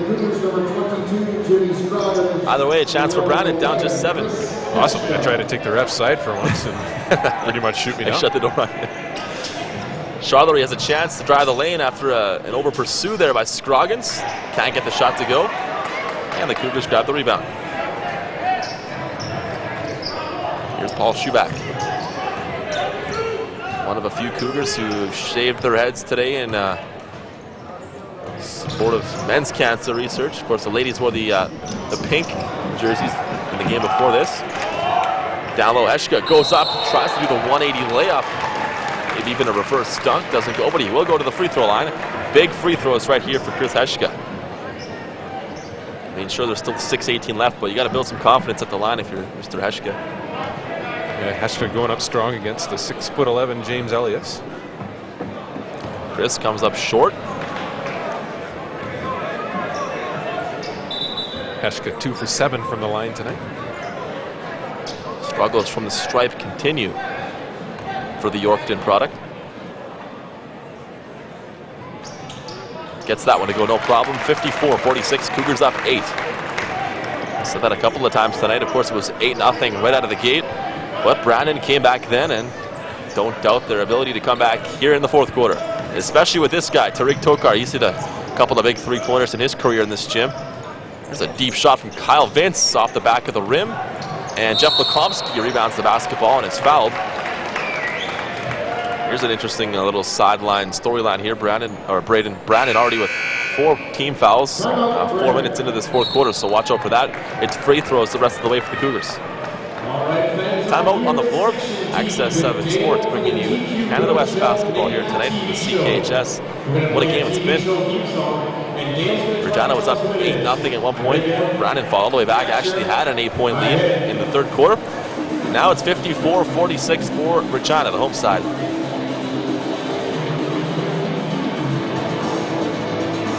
Just under 6 minutes left in the fourth quarter. 5:59 to be precise. About time to check the out-of-town scoreboard here, Adam. See if we've got any scores rolling in from women's action. Of course, the U of R women came out victorious 64-45 over the Brandon Bobcats earlier tonight. Victoria defeated Calgary 92-85. UBC over Lethbridge 75-66. Those are the only 2 Canada West women's scores we have so far. Of course, our ladies with a big win in the first game here tonight. We'll be back tomorrow, Saturday night. You're watching on Access 7 Sports via a tape delay, so you can check the results on reginacougars.com. Of course, every game is webcast live on reginacougars.com. 6 minutes left in this one. It's a 54-46 Cougar lead. They've had a few chances here tonight to make it a double-digit lead, but have not made that leap yet. Let's see if they can do it here. Lukomsky to Schuback. Lukomsky in the corner. Schuback down low. Heshka working on a double team. Scroggins to the hole for 2. Jimmy Scroggins finds an open lane and is pumped up coming back to play some defense. He's given Danny Charlery fits, Adam. Charlery's been largely ineffective this half, and a big part of that, probably the major part of that, is the defensive play Jimmy Scroggins. There Look you at go, that. on cue. Here he goes, 2-0. Scroggins up, foul from, not foul from behind, he was hit from behind. The shot's up good anyway. Scroggins has 8 points. I love this kid, Adam. He's so fun to watch out there. It just brings up, like I said earlier, everyone else on the team. The energy out there is just as high as we've seen all year from the Cougars. And Brandon's having a hard time dealing with it. Shot off the mark there. Foul on, are they going to give it to Heshka or Brandon? They will give it to Brandon. Eliash picks up his second foul, the team's 5th. So Chris Heshka is going to go down and shoot some free throws.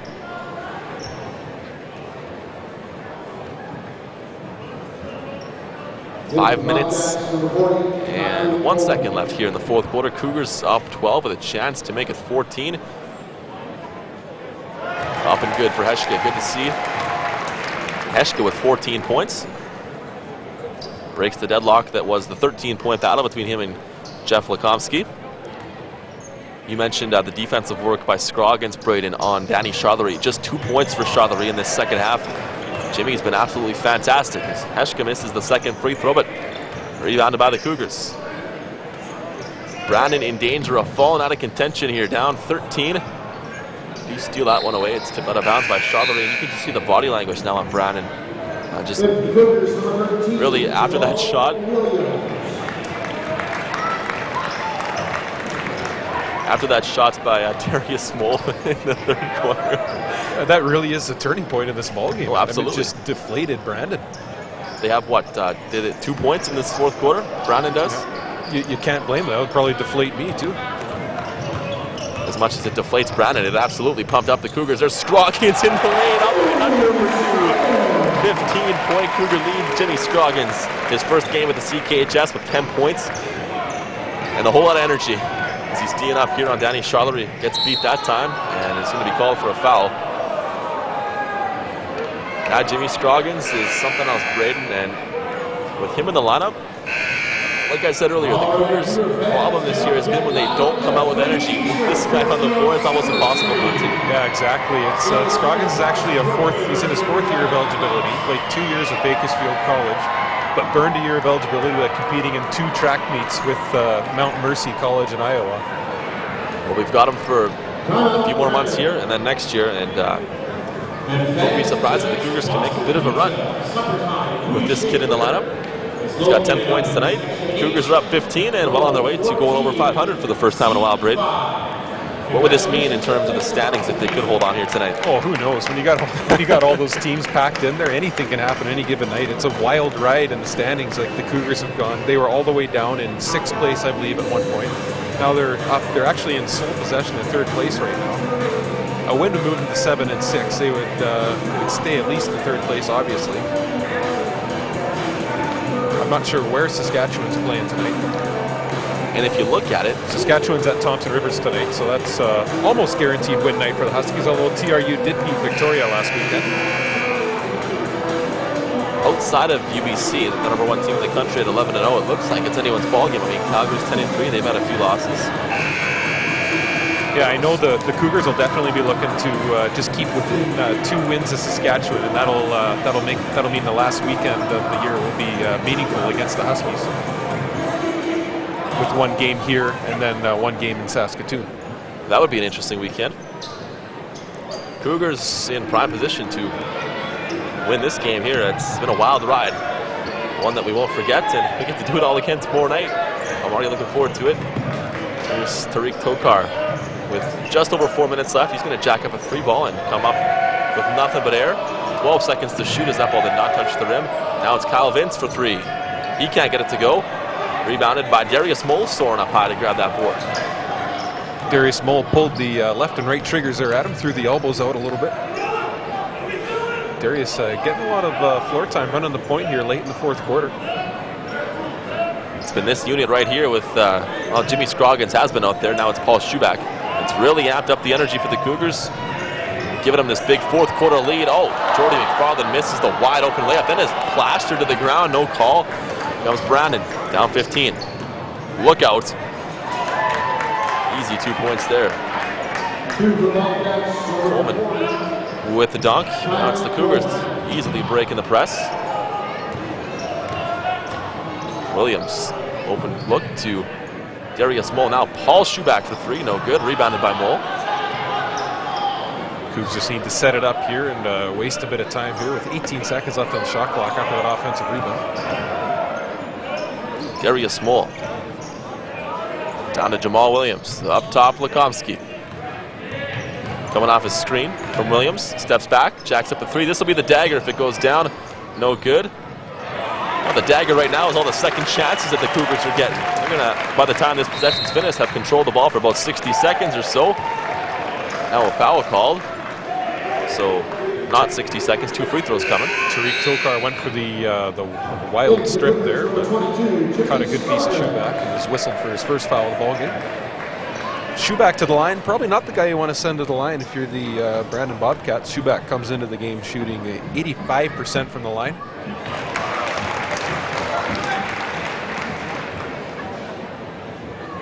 Gets the first one to go. It's 62-48 Cougars. Schuback's got 8 points tonight.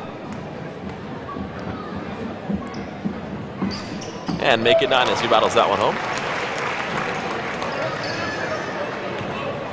Brandon brings the ball down the court. Foul on the floor. That'll be the Cougars' third team foul. It'll be interesting to see tomorrow night, Braden. So many times we've seen the Cougars come out with an impressive effort on, you know, the opening night, the Friday night game, and then, you know, not have that same energy on Saturday with Jimmy Scroggins and some of these energy guys on the court. It'll be interesting to see if they can come out and do it all again tomorrow. Yeah, for sure, Adam. Consistency always a problem for the Cougars, it seems. They seem to have solved that a couple, well, I guess it was probably 2 months ago when they went to Alberta and swept the Golden Bears there on the road.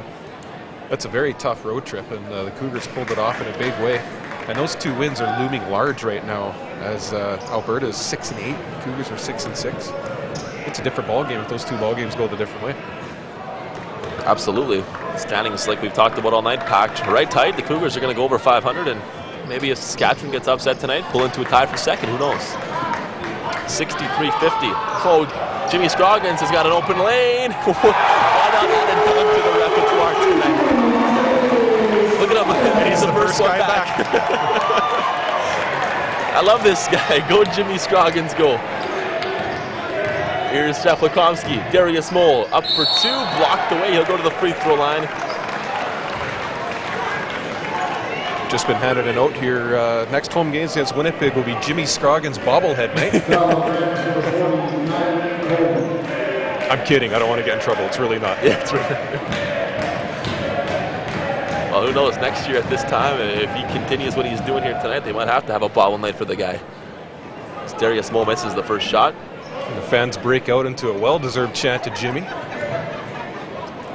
He's absolutely won this crowd over. The first quarter was a little bit iffy. He had 4 turnovers, I think it was, in that first quarter. But ever since, he's been number one in all these fans' hearts. He had me at hello. He had me at the run out the front door and then the comeback, rebound it, and score the point. That's where he had me, where he stole my heart. Cougars up 15, 65-50. Danny Charlery goes for a jump and a hang on the rim. Now he's trying to argue that that's got to be offensive goaltending. That it should be Cougar ball, and it will be. Is that a technical foul, actually? Are they going to whistle that as a technical foul? I think you kind of have to. Like, what else can you give on that? They can call it offensive goaltending, or they can give Paul Schuback 2 shots, and that's what they'll do. Yeah.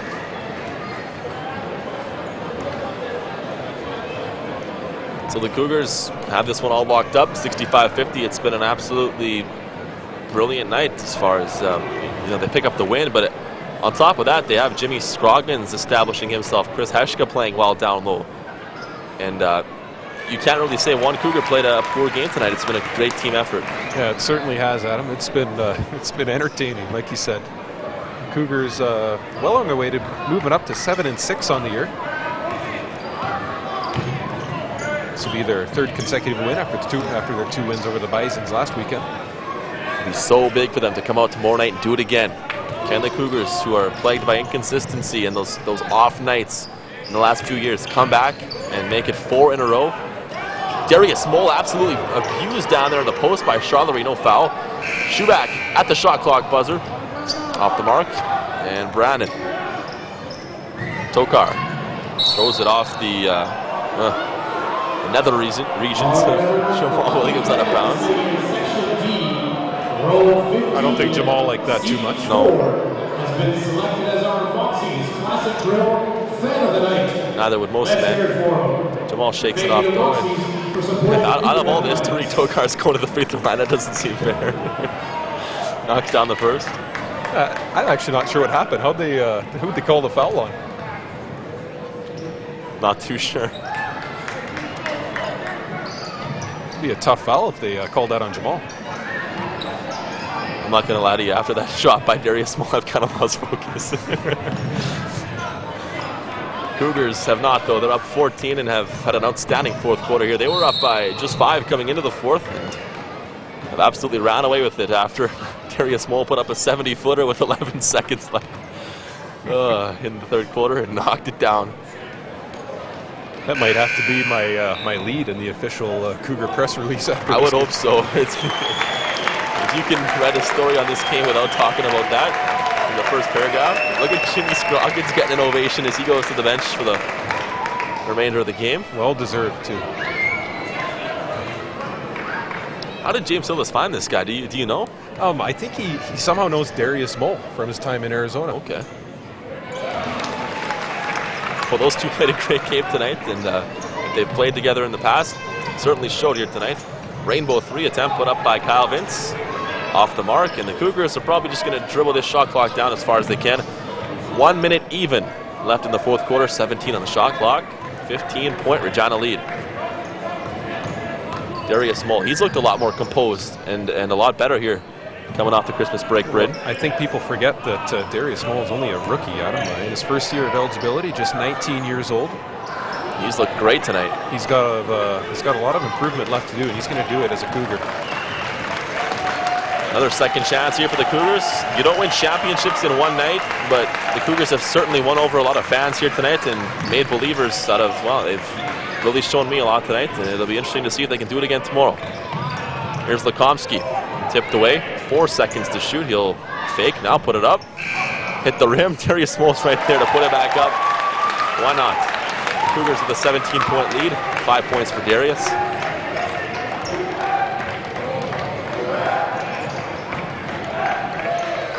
Shot from Tariq Tokar. He's just great in the final 10 seconds of the fourth quarter in this gym, no matter what the score is. Knocks that 3-ball down. Put it up, Darius. And that'll be... That's going to do it. Access 7 Sports, a 14-point Cougar win.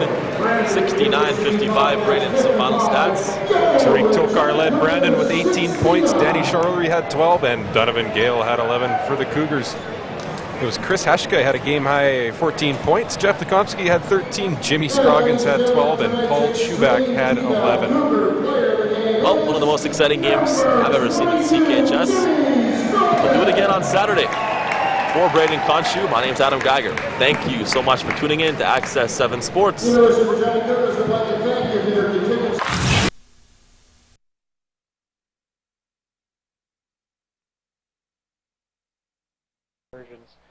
That we won't deal with until until the rental capacity gets to where the bylaw says it should.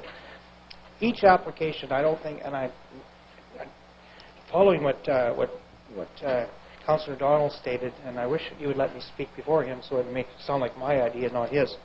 There is each application will be considered on its own merits, and there's no doubt about that. And I don't think this council will ever do anything differently. When we hear from the delegation this evening, and I guess all the delegations were very concerned of where the rents were going to go if indeed this condo conversion doesn't go through. We don't control rents. We never will, and we don't have any control. That's controlled by the market.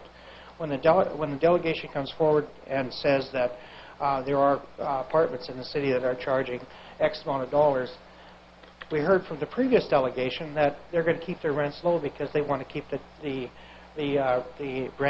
renters that they have there because they're good renters. I would think that this would still work in this case too. You want to keep them open, or you want to keep them closed with the people who are going to be taking care of their property. One way of increasing the number of vacancies is to raise the rent so high that people can't afford to live there. I don't think we're going in that direction. I think the market will control that, and they will certainly adjust their rents so that they don't have vacancies, because who wants a vacant apartment? No one does, because you don't get any return on your investment. I think tonight, in considering this one, and I feel kind of torn like a good number of my colleagues, because we're told that if we don't do the conversion, we're going to see an increase in rent. We're told by the people that live there, they can't afford an increase in rent, and so they want to leave it the way it is, maybe some minor changes so that the living accommodation is a little more conducive to what they would like to expect. So I think what I'm going to be doing this evening, Your Worship, is certainly not supporting this, because I don't think we can, because there's too many questions out there that need to be answered. My question to Your Worship is, what happens if this is tabled? What would the delegation be able to bring back to this council that we don't already know? Maybe that's a question to you, to the administration. Mr. Carlson? Your Worship, I would suggest that if that were to happen, that the applicant would have to meet with the tenants again to address their newly identified hardship issues that they brought for you tonight. So I'm not sure what would come forward that would be different. Okay, thank you. I don't think they brought any newly identified ones, but I guess that would be up to the applicant to find out what they are. So in closing, Your Worship, I think everything is being said here as what Councillor Donald says with great passion, and I think that what makes our decision so hard. Thank you. Thank you, Councillor Gray. Councillor Murray. Thanks very much, Your Worship. This was a tough one. Going through the agendas and reading up on it, the fact that I don't sit on the Planning Commission, I have a bit of an outside view, like several of my council colleagues do. We're unable to maybe get the full picture the same way Planning Commission would. And again, a lot of those questions were answered and asked. One of the things that I found really compelling was listening to an earlier delegation, that was Mr. Proby and Mr. Keith, explaining the value of having a condo conversion and how that can facilitate rehabilitation of a property. That gave me a little bit more confidence in the fact that a condo conversion can be a very positive thing. Then one of the delegates did talk to us about some of the apartments needing some TLC, but it didn't seem to be it was really structural or really significant, and that really if it's not that significant, potentially it can be dealt with quite easily without having to go through condo conversion. So, and really, Mr. Keith and DR Developments are both really staples in our city. They've done a tremendous amount of work in our city, very respectable. I have to commend some of the different projects that they're working on, the things they're doing. And so it really makes it a very difficult decision, because we're dealing with people's lives here. We have to make sure we take care of them, but we're also dealing with business on the other side. It really does create a really difficult challenge for us. And there again, I think the fact is every one of our decisions is well thought out, and does come with a lot of time and effort that goes into making sure we make the right decision. And really, I mean, we're all quite aware that sometimes the most popular decision is not always the right one, and the right one's not always popular. But the fact is, that's what we're here to do, is to make some hard decisions sometimes. This one I think would be very difficult to want to support it, simply from the standpoint I believe the delegations that came forward today with their passion, with their commitment, are really speaking from their heart.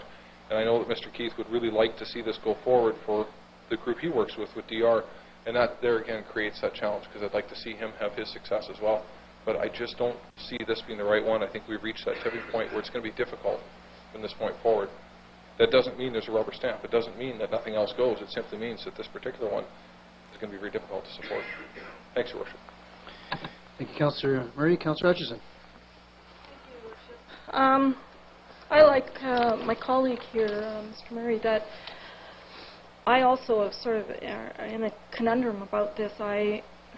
In one aspect, I look at many of the things that DR Real Estate is doing in the city, and with some of their other properties, and they're actually doing the work that needs to be done. And unfortunately, in this circumstance, things seem to be a little bit different. Circumstances, of course, are different. Each one of these properties are dealt with its own merits, and of course, we have heard from many delegations, and I just want to point out to everybody that we've been sitting on this subject for 2 hours. So these are not rubber stamped, and it's not an easy decision for any of us to be making tonight. This affects people's lives, and we understand that around this table.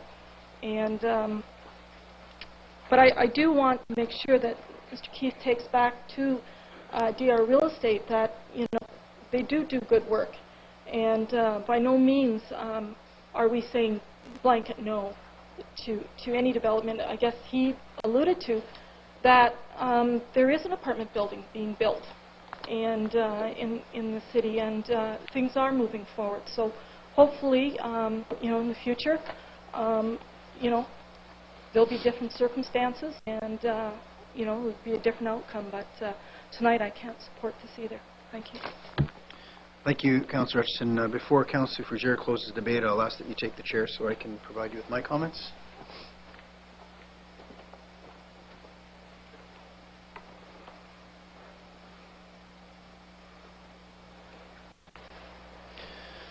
Thank you, Councillor Hutchison.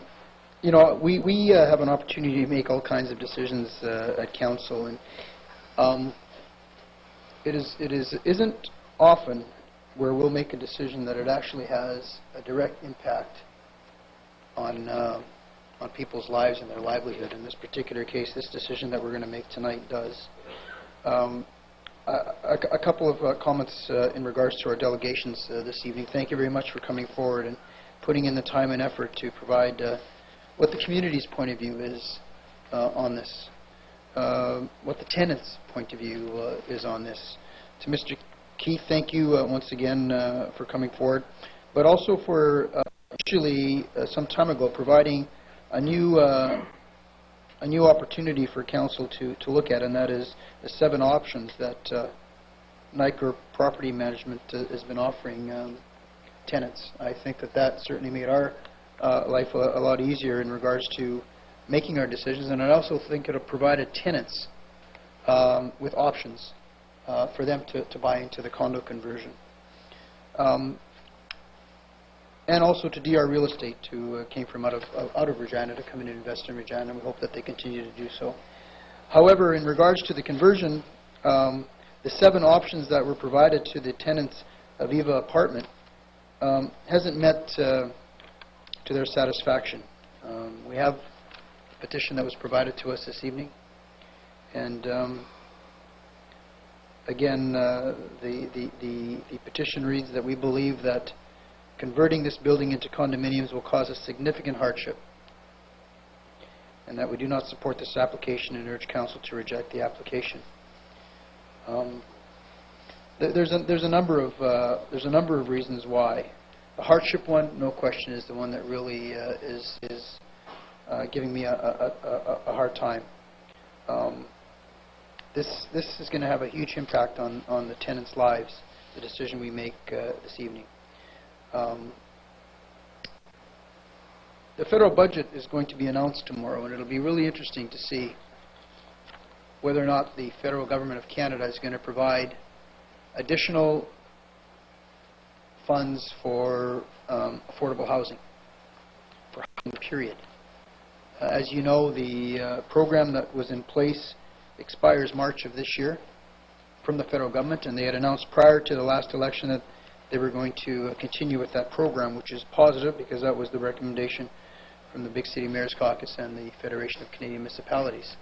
However, we'll be certainly paying attention tomorrow, because just so that everyone understands what happens is when the federal government provides those dollars, they do not provide it directly to a municipality. That goes directly to the provincial government. Provincial government then provides matching dollars or some form of additional funding, we would hope. And of course, we partner with them. We partner with them in opportunities for purchasing of land within our community, providing them with a 5-year tax abatement in cases where home ownership is being built, units are being built. We're looking at expanding our program so that apartments will also be included, because there is a need for that here.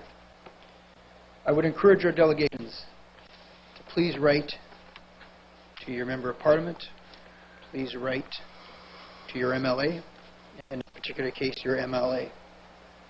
It is really important. I'm confident that there'll be funding made available tomorrow, but our province has to take action as well on this one, because this isn't just a situation that is affecting Regina. As we heard from a previous delegation, that Saskatoon is already dealing with the ill effects of a shortage of rental units in their particular city. Vacancy rates are below 3% right across this province. In Estevan, it's down to 0. We have a number of projects that have started in this community that are going to see, as an example, the refinery, the expansion there, $1.9 million expansion. That's work has started on that. We'll see 18 up to 800 employees working during that construction period that are going to need roofs over their heads. The good news is that we have a number of neighborhoods being built as well that will see single-family and multi-family units being built. But at this point in time, we're asked to make a decision that's going to have a direct impact on people's lives. And we've dealt with this. Tonight, though, the issue of hardship is not met, for me anyways, personally, my satisfaction. I said earlier, when I asked the question to Mr. Keith in regards to the conversions, we deal with these on an individual basis. The issue of hardship was dealt with the Proby application. We didn't hear the concern. Tonight we're hearing concerns loud and clear, not from one or two, but from the majority of the tenants. Our vision makes it very clear that we will be Canada's most vibrant, inclusive, attractive, sustainable community where people live in harmony and thrive in opportunity.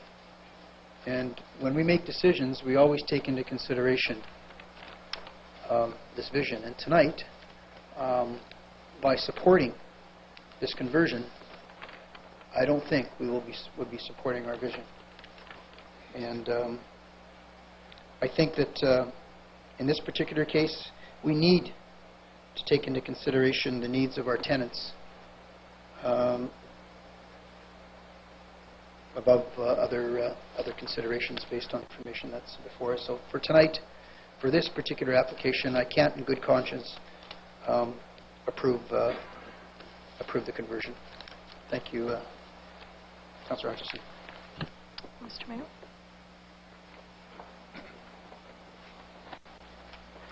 I'll ask Councillor Fougere to close debate. Thank you, Your Worship. Just a quick comment. I'm not going to repeat what was said, and I think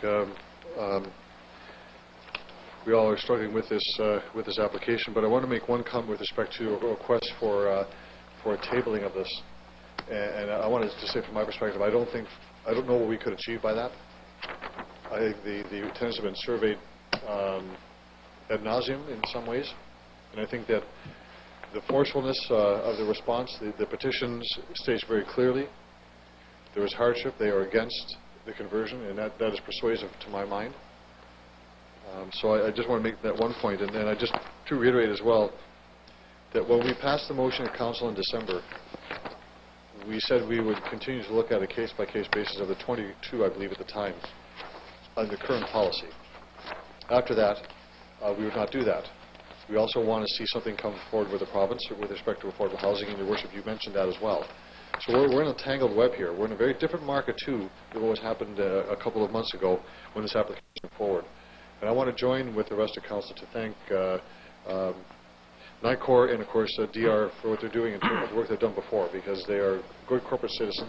They're providing a sound way to deal with hardship issues in other cases. I think in this case, we didn't get there. It is hardship that is persuasive, but the availability is also persuasive.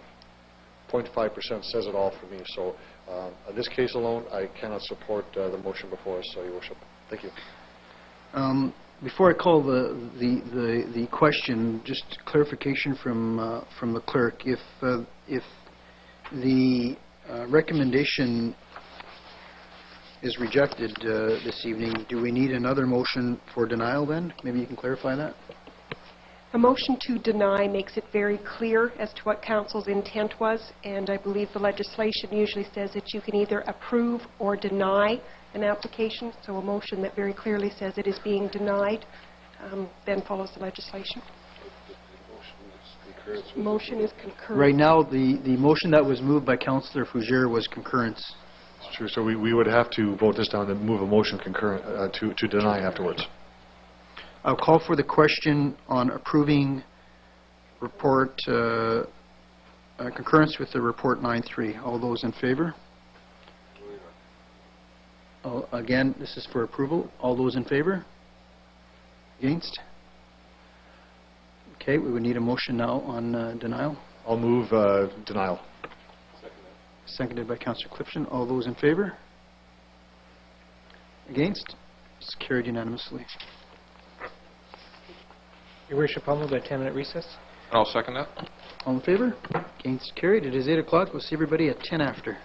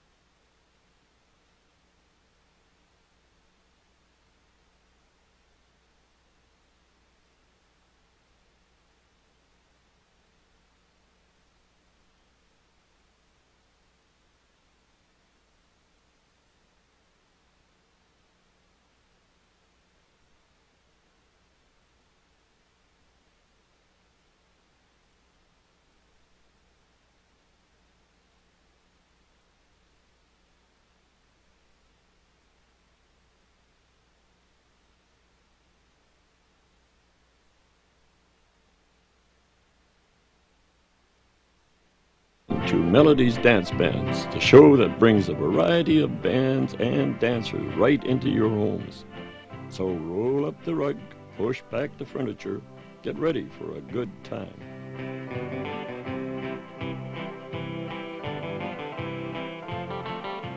Hi there, folks. I'm your host, Leo Goski, and today we'll be entertained by the music of the Prairie Pals Band with Ron McKenzie on the saxophone, Ken Hahn on the accordion, Len Parahuda on guitar and vocals, and Fred Richter on drums. That should be Urban Armbruster sorry. on accordion. I got the wrong people here. Yeah, Ken Hahn. Urban Armbruster. Urban Armbruster on the accordion. Well, we corrected that. Thank you. And Fred Richter on drums. I just about forgot him, too. Fred, are you ready? Yeah. There we go. He's ready, I guess. So you folks watching at home, make sure you stay tuned, and you people here, come on up, get on the floor, just like you're doing now, and let's listen to the music of the Prairie Pals. Big hand for them.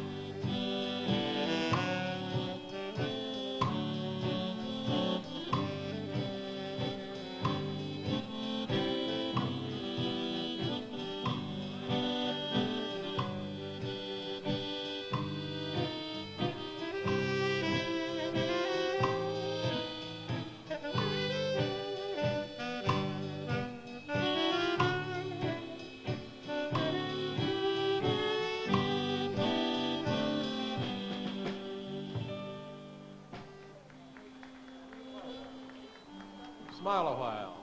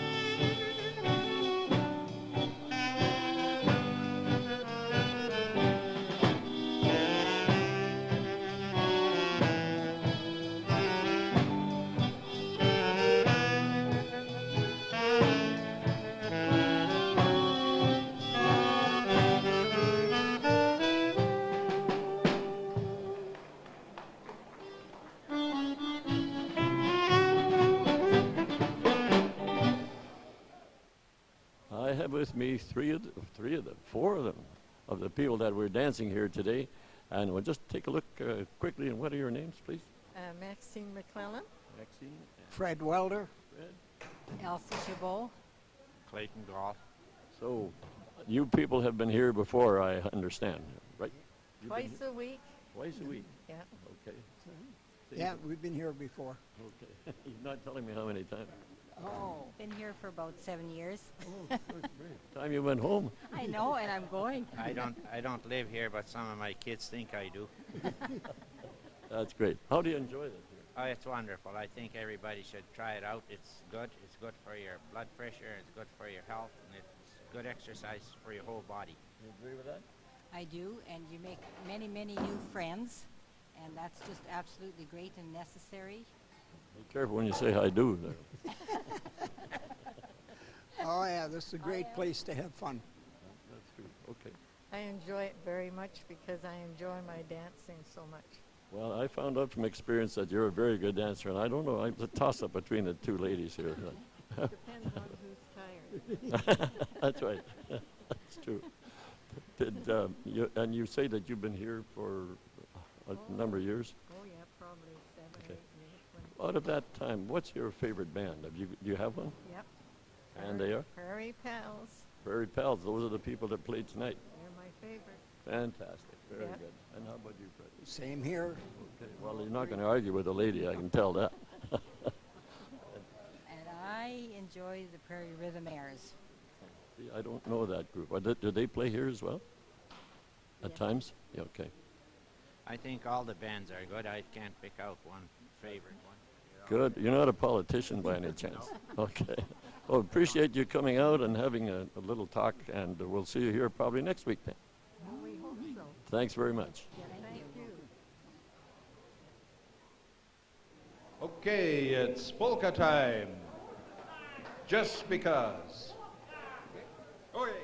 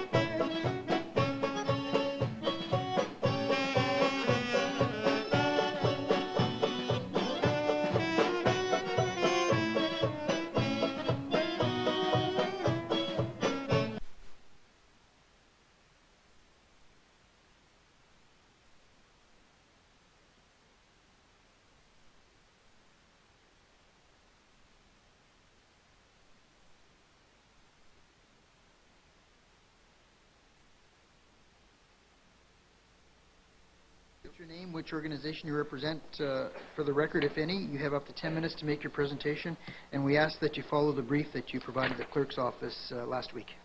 Thank you. My name is Sebastian Dayana. I am the owner of Dayana General Construction at JDS Walden. Mr. Chairman, City Council, thank you for allowing me to speak on this matter.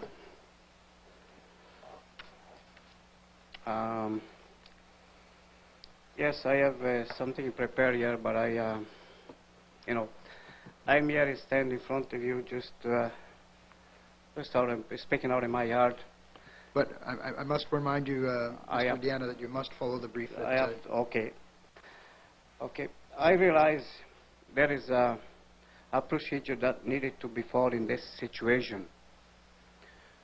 I do question why the process is only being initiated now when the resolution was passed by the City Council back in October 20.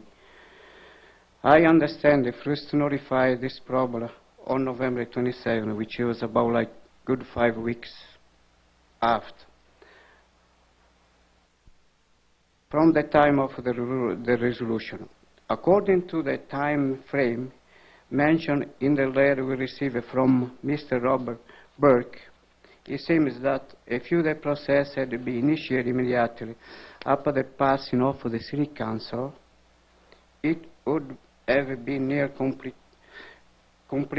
at this time. Therefore, I respectfully request that every effort be made to move this situation along as quickly as possible. This one is not to point finger at anybody. Also, I don't have to receive any answer, but out of curiosity as to why when the existing concept plan was developed, at which time I already owned the land, I was never notified that a change was underway. Our plan for this land we already knew by the city. Once again, we state that our plan for this land have been no and have non change from the time of the original land purchase. Therefore, we request that at this very least the foundation permit be approved immediately so construction can begin. This is a large project that will take time to complete, which allowed all the department to continue doing what needed to be doing to complete the necessary step. Also, I have like some of those condos already pre-sold. Well, I think what will happen, Mr. Deanna, there might be some questions in which you can further... Okay, yeah, that's good. Thank you for your presentation. Councillor Bouger. Thank you. Thank you, Your Worship. Thank you, Mr. Deanna. Do you have anything else you'd like to add? Pardon me? Do you have anything else you'd like to add? Well, out of this project, like I have over half pre-sold already, and with a condition to be approved from the city, which already has been passed twice, once in the past and once on October, and then to the financial. Financial is already in place, but it's still from the city.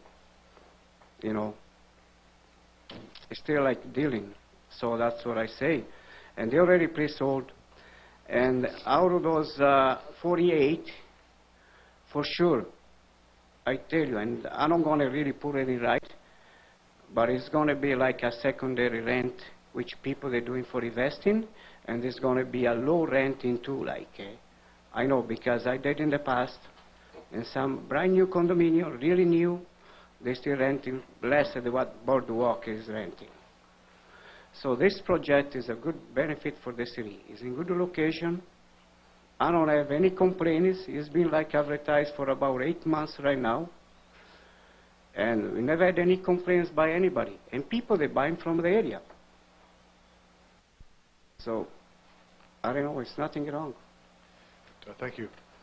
Thank you, Councillor Bouger. Councillor Bryce. Thank you. Are these condos that you're selling or apartments? Because it looks like an apartment building. It's apartment building as a condo. Set up as a condo. Yeah. Okay, thank you. Are there other questions of Mr. Deanna? Thank you very much for your presentation, Mr. Deanna. Thank you. have somebody move the communication? Move the communication, Your Worship. Thank you. All in favor? It's carried. Councillor Fougere. Your Worship, I'll move concurrence in the application to advertise the site that we're dealing with, and I have a question of the administration, just with respect to the timing, and it's pretty clear what Mr. Deanna was saying, and I'm wondering if the administration can answer the question is, has this taken longer than usual? Once council's approved, made an approval? Mr. Birkey? Your Worship, the administration was actually working as quickly as we could to bring it forward. This isn't an application we've been trying to delay. We're well aware of the need for the rental stock and the condos. What we had to wrestle with was exactly the best way to look at moving this forward. Council's wish was clear, but what we did do is get it to the first RPC meeting that we could, which was the first meeting in January. We've actually got the discretionary use application and the official plan amendment coming forward at the same time to Council, so that will really try to compress the process as much as we can. The other thing I can offer is that we have actually reviewed the building permit application. So once the official community plan amendment and the discretionary use is ahead, there won't be any further reviews. We'll be ready to issue the permit as soon as we possibly can. Well, that's good to hear, Your Worship. I think it's important we move forward as quick as we can. Council has reviewed this, and notwithstanding the recommendation from the administration to deny, Council's felt differently. We wanted to proceed with this one. It's very much similar to the previous application we had a few years ago, and it is important we move forward. So I'm pleased to see we will move forward expeditiously on this one. Thank you. Thank you, Councillor Fougere. Councillor Bryce. Thank you. I just want to clarify things. This is for an apartment building, but he's selling units. So is it apartments or condos, Your Worship? Mr. Birkey? Your Worship, the application that we have is for, well, it's an apartment-style building, but it would be condominium ownership. Okay. Thank you. I just want, it didn't say condos in here, so it just said apartment. I have a question to the administration. Obviously, this application, I guess, gets to the heart of the matter of having additional units available, especially if it's apartment-style condos, so that we're not dealing with conversions. I appreciate the challenges in ensuring that this comes forward in a proper manner. Can you provide to Council, please, a time frame in which Mr. Deanna be able to start construction? Your Worship, I believe from the letter that we'd provided, we would anticipate that March would be they'd be able to get going early March. So the approval would be late February. There's a bit of a waiting period for the provincial government to approve the changes to the official community plan. So we're not entirely sure, but as soon as the minister signs off following Council's resolution, then we'd be able to issue the permit. Would it be beneficial if there was a letter from Council attached to this request in light of the fact that we have been pointing the finger towards the province on housing? Your Worship, I don't think that would hurt the process at all. Okay, I will ask Chairman of the Planning Commission to maybe include that in the recommendation. I will do that, Your Worship.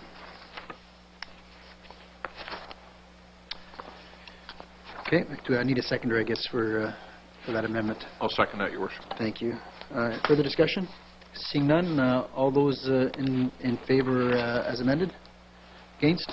Carried. Thank you. Next, delegation number 9, Randy, and I'm sorry if I say this incorrectly, Pitchler, and I'm sure Mr. Pitchler will correct me. Your Worship, I have to declare conflict. Thank you.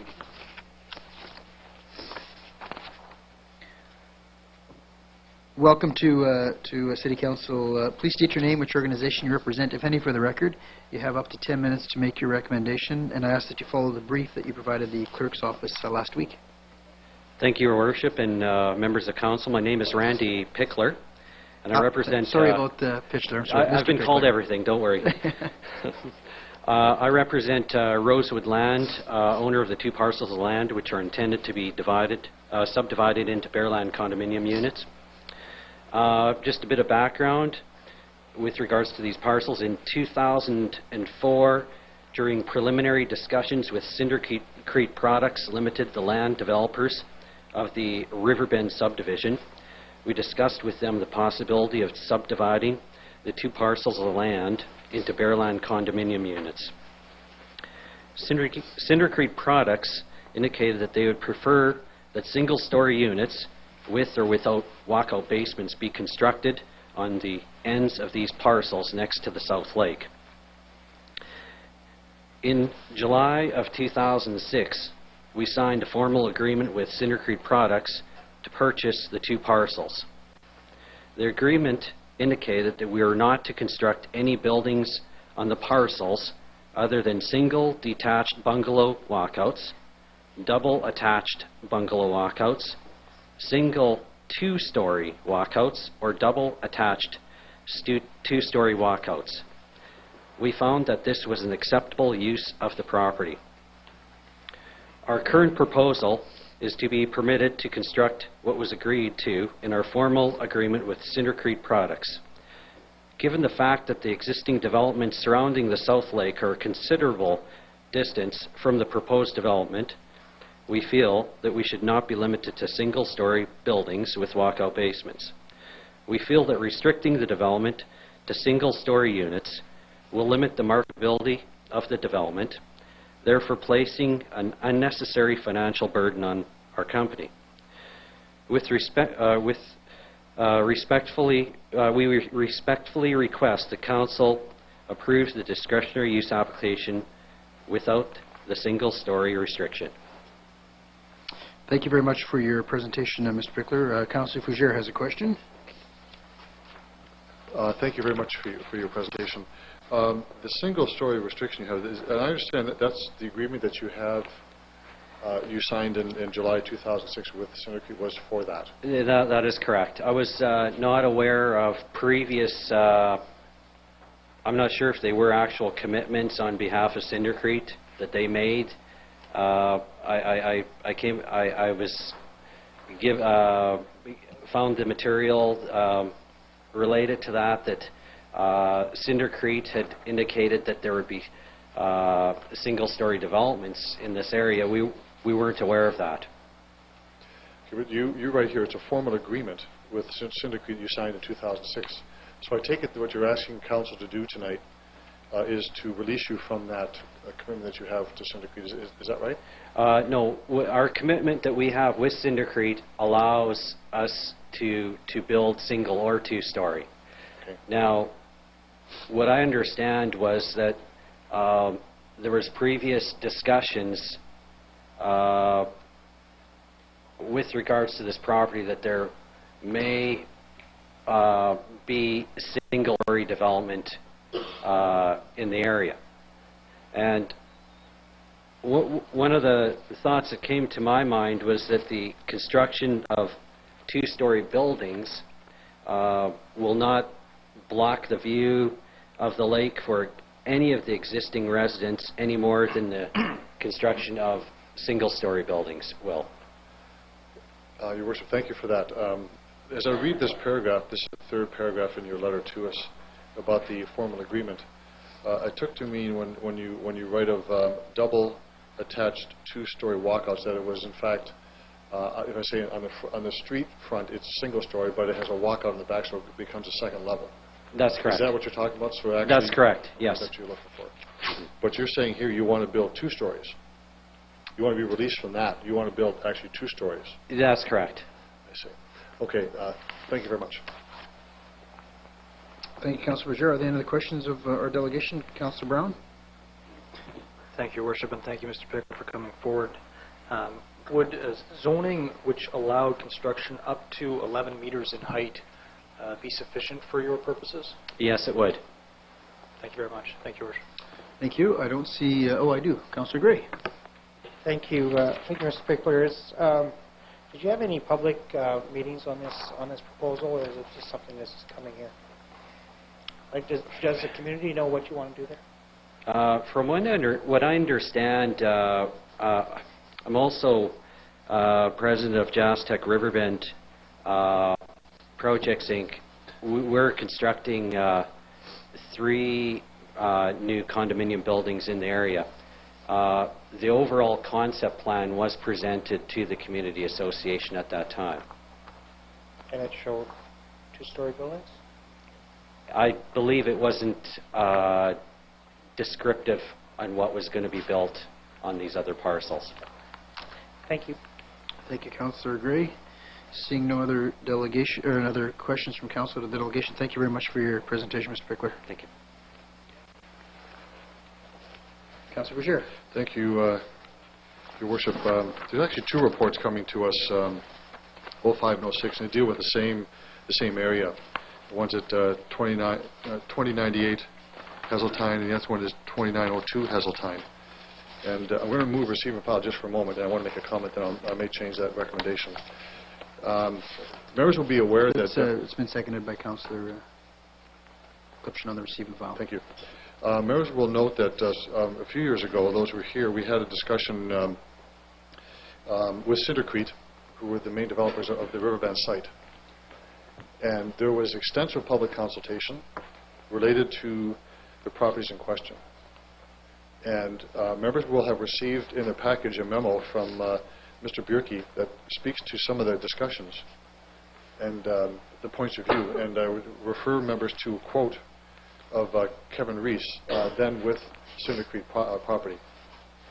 Very clear discussion that after public consultation, extensive public open houses about the placement of buildings, the height of buildings, the view toward the lake, very, very, very important.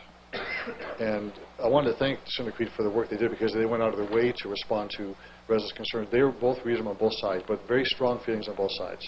Want development, yes, but understand what's happening around in the area.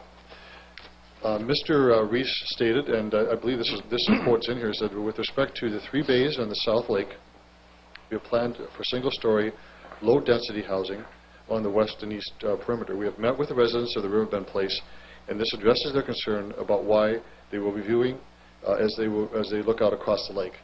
It was very clear, Your Worship, in those discussions that that was the intent. Very clear.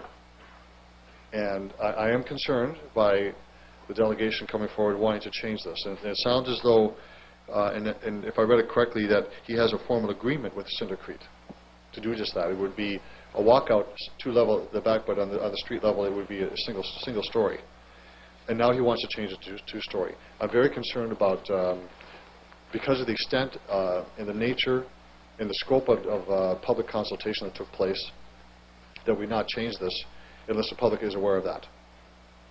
And many of the people bought residents that are there now because of that plan going in place. So what I'd like to do, with indulgence of members of council, is that to be very clear when we go forward that the public understands what this is going to be, is that we refer this to the administration and ask if this is the case, that the developer does in fact want to have 2 stories, that there be a public consultation process for the public to be aware of that before we approve it. That's a referral. Can I get a seconder, please? Or did someone, are you going to serve notice of I'm going motion to serve that you're notice. looking I at want people to referral talk. in case? It's only fair other people talk, but I will serve notice that I will be doing a referral That's motion. fine. Very good. I don't want to stop the development, Your Worship. I think it's good that it's moving forward. But I think in fairness to residents in the area who received at the time, and Councillor Gray, I think you may share this viewpoint. I hope you do. You were there, of course. A very clear, solid, firm commitment they will be single family, and that was very much what settled the issue, and people said, okay, let's go forward with other higher development, a higher density development around the area. So in fairness to residents who were there today, who bought on that reason, we give them a chance to have some input and have some discussion with the developer before it goes forward. So I don't want to stifle debate, Your Worship, but I will be moving a referral motion. Okay, Councillor, thank you. Councillor Gray. Thank you. Councillor Fougere's memory is impeccable. That was, in fact, exactly what was said at the meeting. And all the residents that left that meeting, and there was a number of them there, Your Worship, and members of council, were all in favor of keeping the lake in the way that it was proposed to be. That's not saying that it can't be changed, but I think Councillor Fougere is absolutely correct. We wouldn't want to take this we wouldn't want to agree to this without taking it back to the public who have already made their commitment agreed with Mr. Reese and the developers at the time. So there has been, I think I would certainly second Councillor Fougère's motion of referral back to the administration for some public input. Thank you. Further discussion before Councillor Fougère moves the referral. Councillor Fougère. Thank you, Your Worship. I will move a referral motion on the two reports before us, and I'll get those just in CR 905, which is on 2098 Hazeltine, and the next report. I think we would deal with it individually. Fair enough. Okay. Move a referral motion that this be sent back to the administration to discuss the intent of what will be built with the developer, and if the view is to move to a higher than one story, that we have a public consultation process prior to coming back to Planning Commission and Council. Thank you. It's been seconded by Councillor Gray. All those in favour? Against? Carried. Councillor Fougère on number 6. Thank you, Your Worship. I'll move the same referral motion on that report, and I hope members of Council will understand it is in virtually the same place. Seconded by Councillor Murray. All those in favour? Against? Carried. Now to our third set of delegations, and that is, pardon me? Oh yes, you better get Councillor Flagel.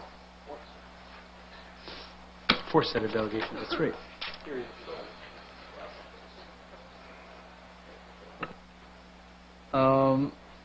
Next delegation is Hilary Craig.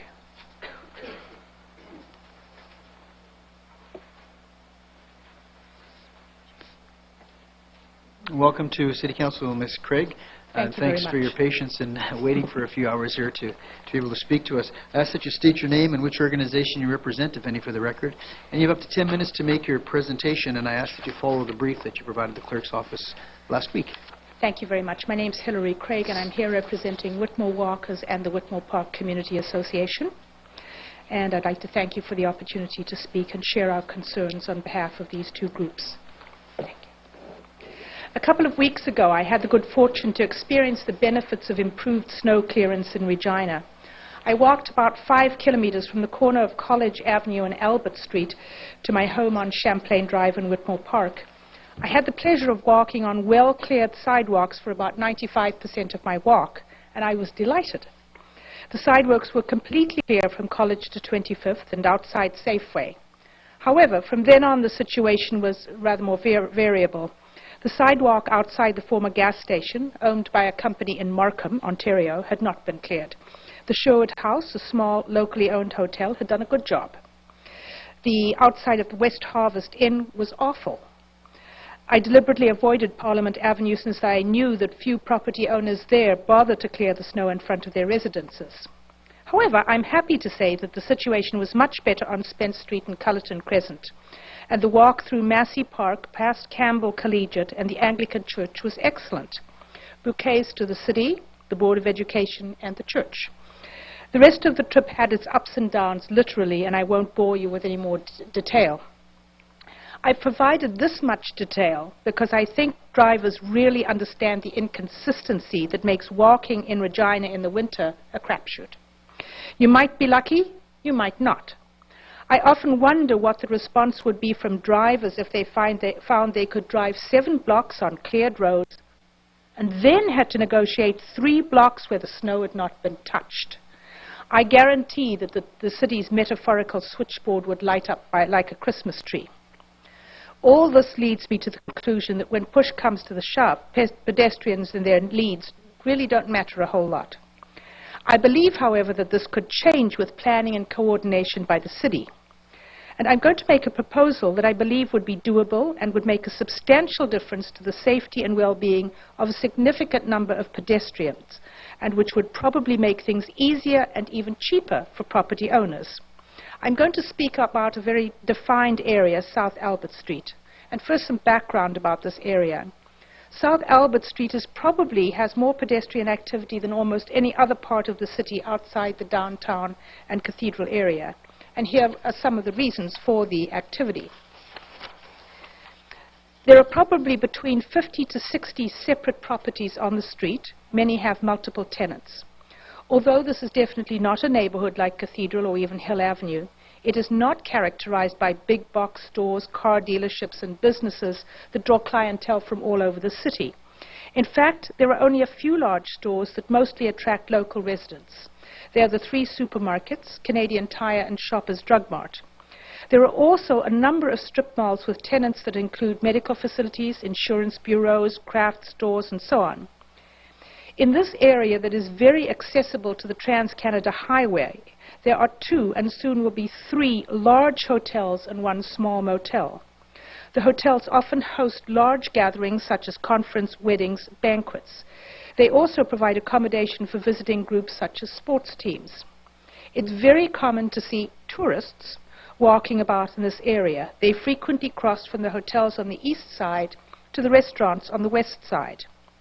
There are at least 15 traditional sit-down restaurants, both on the west side opposite the hotels, and there are more than a dozen fast food outlets and a couple of coffee shops.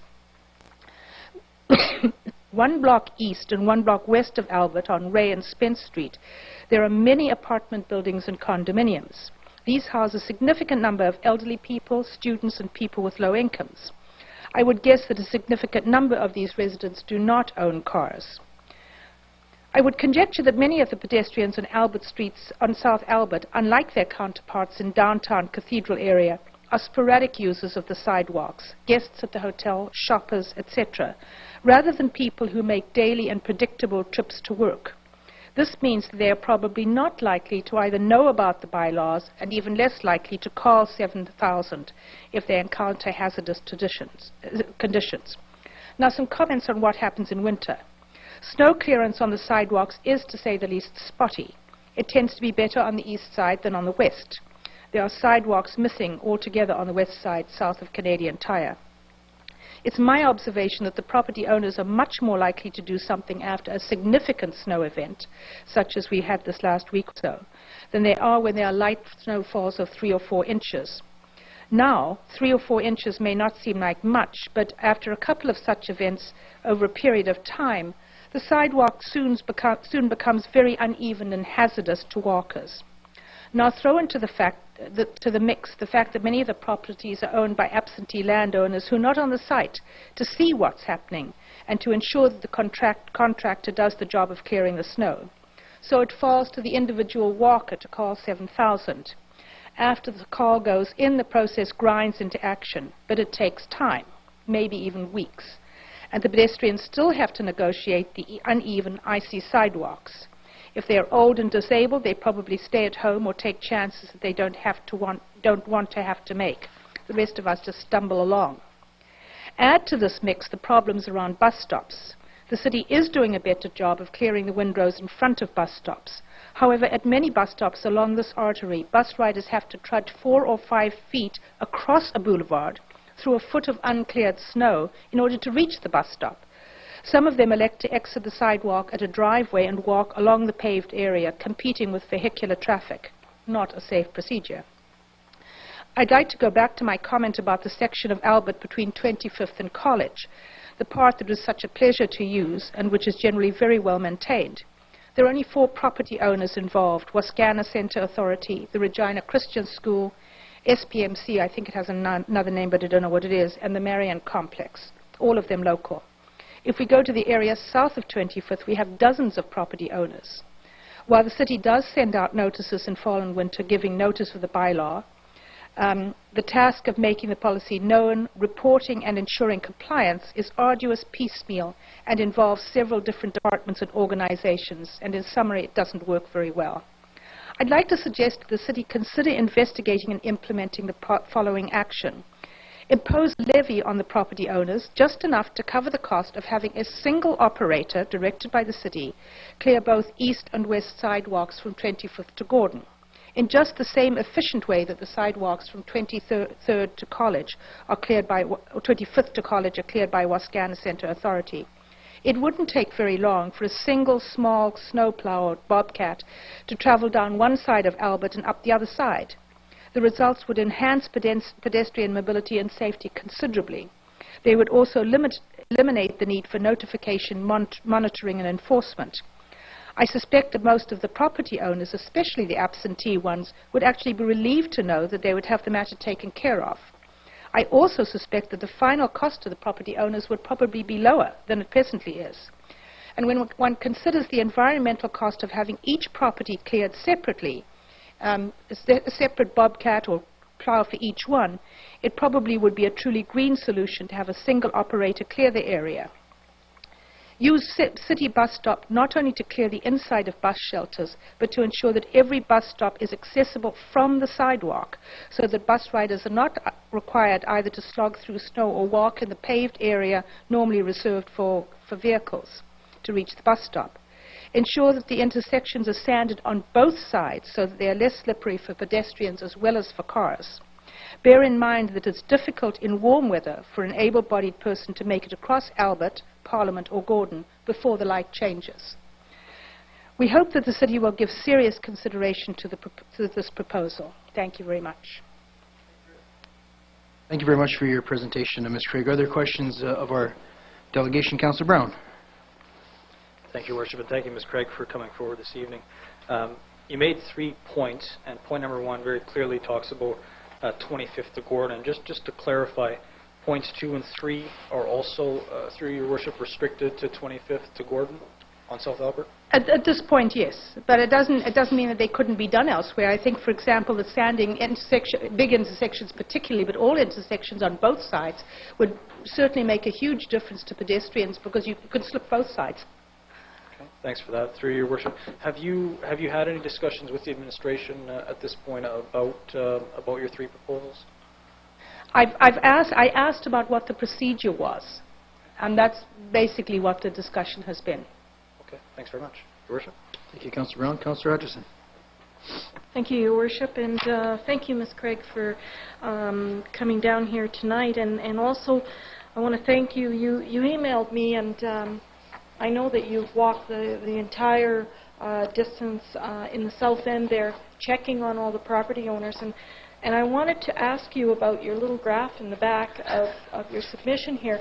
You have, is it a typo that you've highlighted some of the properties? No, it's not a typo. Could you explain what that is? What I was doing, and I actually have added to that since, was that the restaurants and bars that are in bold are on the west side of the street as opposed to the ones that are not in bold, which are on the east side of the street.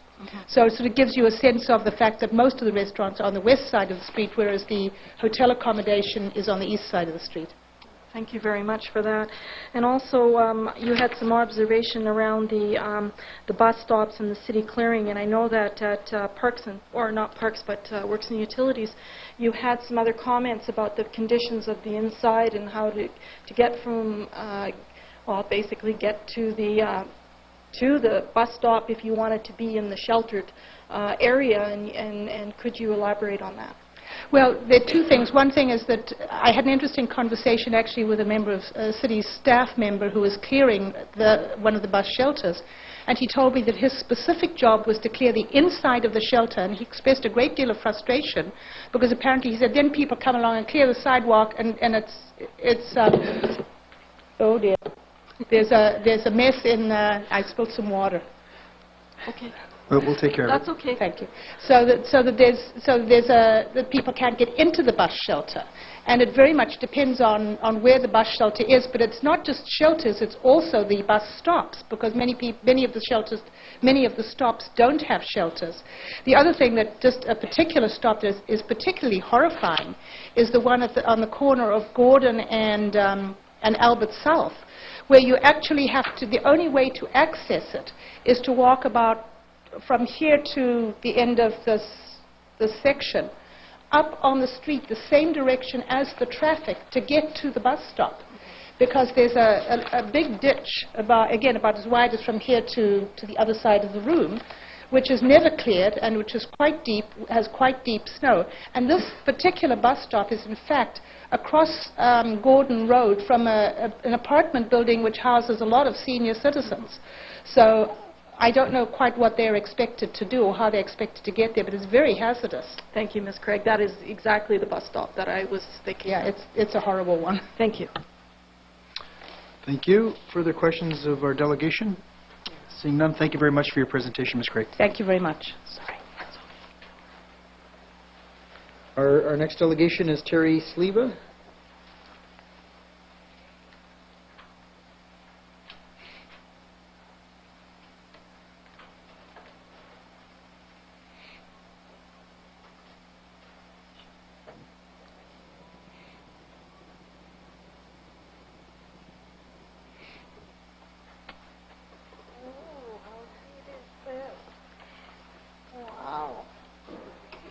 Welcome to City Council, Ms. Leva. Please state your name, which organization you represent, if any, for the record.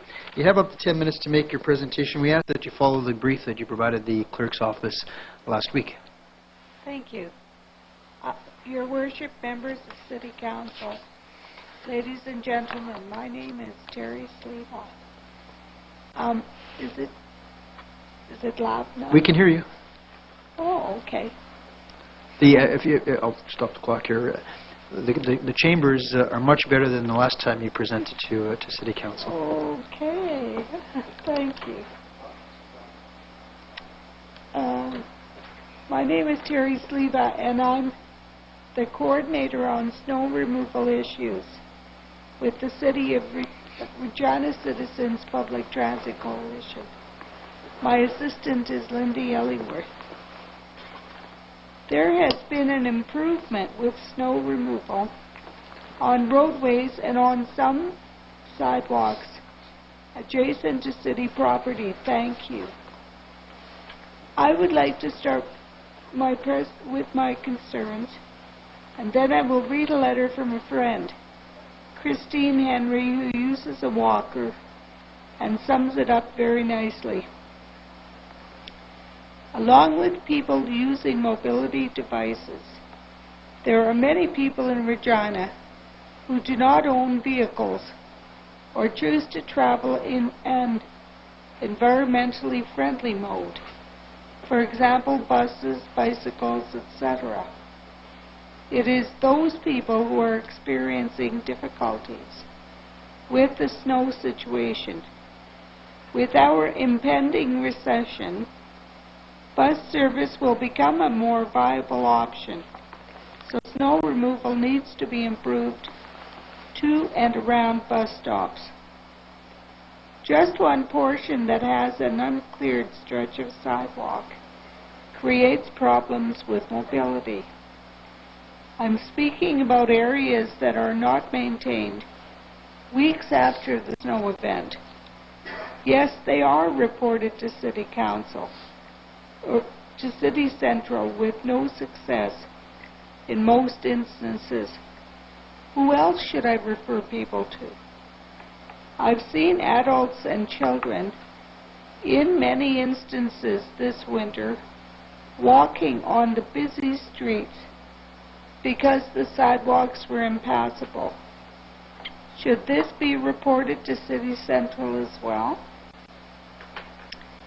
When a person is traveling by vehicle and wants to cross a street, it is necessary to inch forward because of the snow piled up in the middle of the road to see if there are any oncoming vehicles.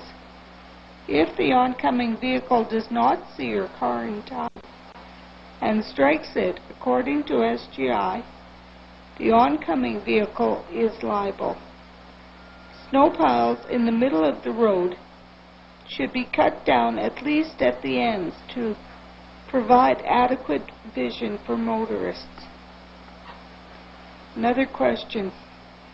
Where are shopping malls that clear snow from their parking lots obligated to put it? Some malls have a huge pile in the corner where children play dangerously.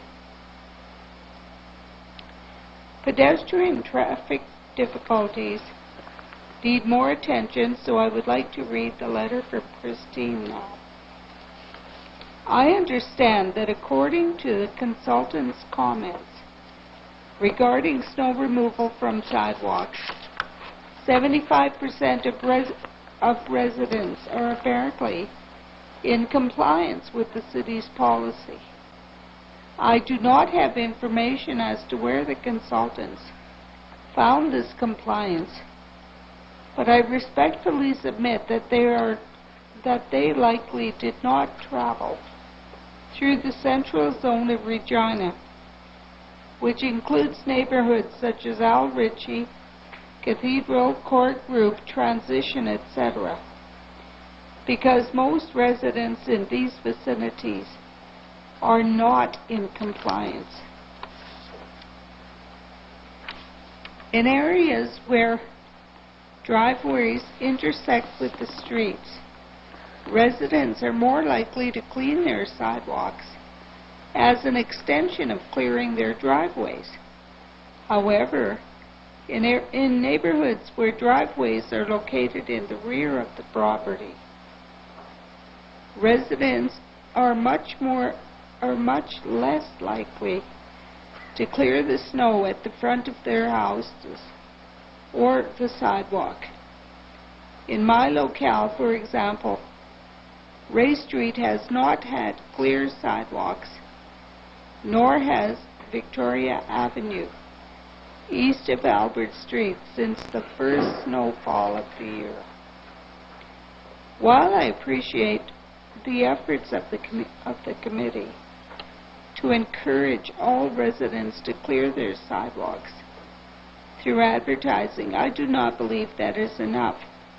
A 75% compliance rate, though promising, is not effective in areas where residents are more likely to walk rather than drive. A bylaw needs to be mandatory for homeowners and home renters alike to clear their snow on their walks for the safety of all who use them. The public using the sidewalks may be elderly persons for whom a fall on a snow-covered walk could result in a serious injury. Persons with a disability who use a walker, wheelchair, or motorized scooter. Young mothers with strollers, and young children trying to trudge through the snow to get to school. I use a walker, and I moved to my current apartment in order to be close to Safeway on 13th Avenue.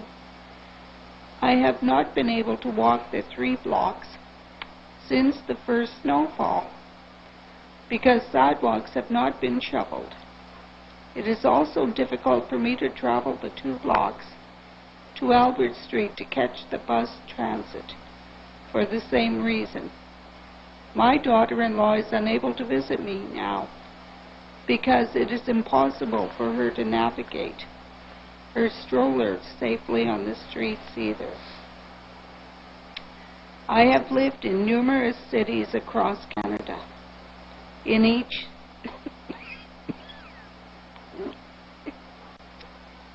each bylaws were in place for businesses and residents alike to remove snow from the sidewalks. I would like to add that if Regina wishes to entice workers from other provinces, it is essential that similar services are available to them, that they are accustomed to in other cities that they have left behind. One of those services is assurance that there is safe passage on all city sidewalks, because snow removal is mandatory. In most of Canada, snow is a given. Snow removal must be as well. Thank you. Thank you very much for your presentation, Ms. Lever. Are there any questions of our delegation? Seeing none, thank you once again for your presentation. Thank you.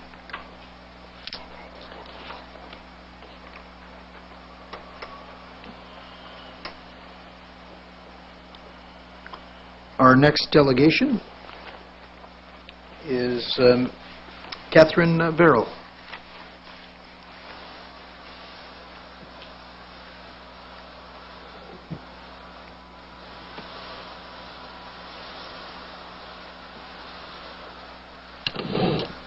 Welcome to City Council, Ms. Verrill. I ask that you state your name and which organization you represent, if any, for the record. You have up to 10 minutes to make your presentation. We ask that you follow the brief that you provided the clerk's office last week. My name is Catherine Verrill. I live at 2175 Retallick Street in Regina.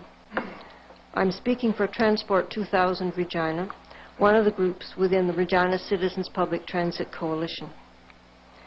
Mayor Fiacco, city councillors, and fellow citizens. We are responding to the consultant's report on the city's new winter maintenance policy. Stakeholders and special interest groups should include the Regina Citizens Public Transit Coalition, people who actually use public transit, and therefore the public sidewalks. We applaud much of the work that the city crews do, especially in storm situations. As for the winter maintenance policy, we notice some improvement in apartment buildings, clearing their sidewalks all the way on both sides, if on a corner, and around their parking lots, although some still do not. But many businesses are still clearing only their parking lots, not the sidewalks. I've gone into a number of businesses to urge consideration for pedestrians and was able to say it is the law. I can't say that to residents on my street. The businesses assured me the walks would be cleared next day, and some have. What is being done to inform all businesses and apartments about the Clean Properties bylaw, and what is being done to enforce the bylaw without leaving it to the citizens to complain. We applaud the consultant's recommendation that this bylaw should be extended to cover institutions, schools, hospitals, hopefully nursing and retirement homes, as well as religious buildings. All these institutions exist to help people. It is passing strange that some still do not clear their sidewalks. Also, condominiums should be included, as there seems some confusion about whether or not condominiums are included with all apartments. Regarding city plowing, in the consultant's report, we don't find reference to the widespread problem that the city plows clear the streets for the convenience of cars and may push masses of snow and ice chunks onto the sidewalk. So the pedestrian space is often reduced to a barely walkable trail, forcing us to walk on the icy streets. What if I had a walker or were pushing a child? I'm astonished by the assumption that there is 75% compliance in sidewalk clearance, and if so, that 75% is almost acceptable. Certainly on the many streets where I walk, I do not have a car, so I walk a lot, it is more like 55 to 60%, barely over half. If there is a thaw and then a freeze, like last winter, the humps on the uncleared sidewalks will make walking horribly difficult and even painful for some people. Postal workers do more walking on city sidewalks, each averaging 15 miles per day, than any other group. Their assessment of the situation should be a prime source of accurate information. The consultants do say there is insufficient data to confirm if the encouragement, quote, program is successful, and that continued effort regarding bylaw enforcement is required. We do strongly question the consultant's statement, quote, encouraging residents appears to be effective, so there's no reason to consider legislating residents to clear the public walks at this time, unquote. We strongly believe that if this city is to take seriously the needs of all citizens, a bylaw requiring snow clearing will be essential. At this time, progressive cities everywhere are taking major steps to make their cities less car-dependent, more encouraging for walking, and climate change, increasing oil prices, traffic congestion, and poor air quality will force changes on all city governments and individuals. Barry Weller is an internationally respected expert on pedestrian issues. He is Professor Emeritus of Geography at the University of Ottawa, and now the Distinguished Research Fellow for Transport 2000 Canada. He points out that roads get overwhelming amount of taxpayers' dollars. He insists that we must have balanced spending between roads and sustainable transportation. That means balanced attention between snow clearing of roads and snow clearing of all sidewalks. Weller declares, quote, cities must stop treating pedestrians like third-class citizens, unquote. After all, we pedestrians and transit users are the ones whose lifestyle is doing the least damage to the environment, the roads, the economy, the life quality of the city and the world. Weller is scathing of cities that do not plow sidewalks in the winter, nor require citizens to clear them. He testifies in lawsuits against cities when a pedestrian has suffered falls, and usually the city has fined very large damages. Weller insists that municipalities must do a lot more to get people using sustainable transportation. That is, quote, simultaneously increasing walking, biking, and transit, and at the same time decreasing the use of private automobile, unquote. Safe walking and waiting conditions in all seasons are essential to usable public transit. We look forward to the long-awaited transit review. We hope that a bylaw requiring all residences and institutions to clear their sidewalks in winter will be an essential part of that review. We urge this council to seriously work towards such a bylaw, to bring this city into the modern age where pedestrians are respected.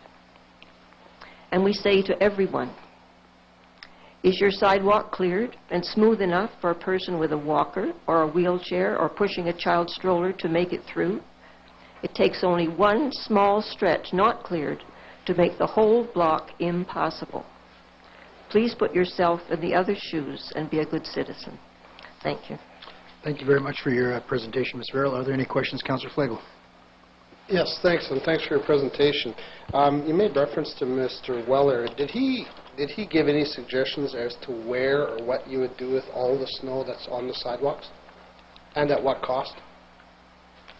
No, he's talking about the principle of the kinds of amenities that must be provided. It's up to the cities to work out how they're going to do this. Oh, okay. Okay, great. Thanks very much. But if you look up his name in the web, and you'll get a great deal of information. Perhaps if you read it all, you might find something. Councillor Brown. Thank you, Mr. Mayor, and thank you, Ms. Verrill, for coming forward. Are you aware how other cities avoid fining elderly and disabled people who cannot remove the snow in front of their houses themselves? Various cities have various ways of dealing with this, but there are certainly ways of making it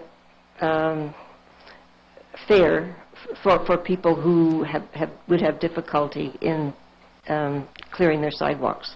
There are organizations which provide help.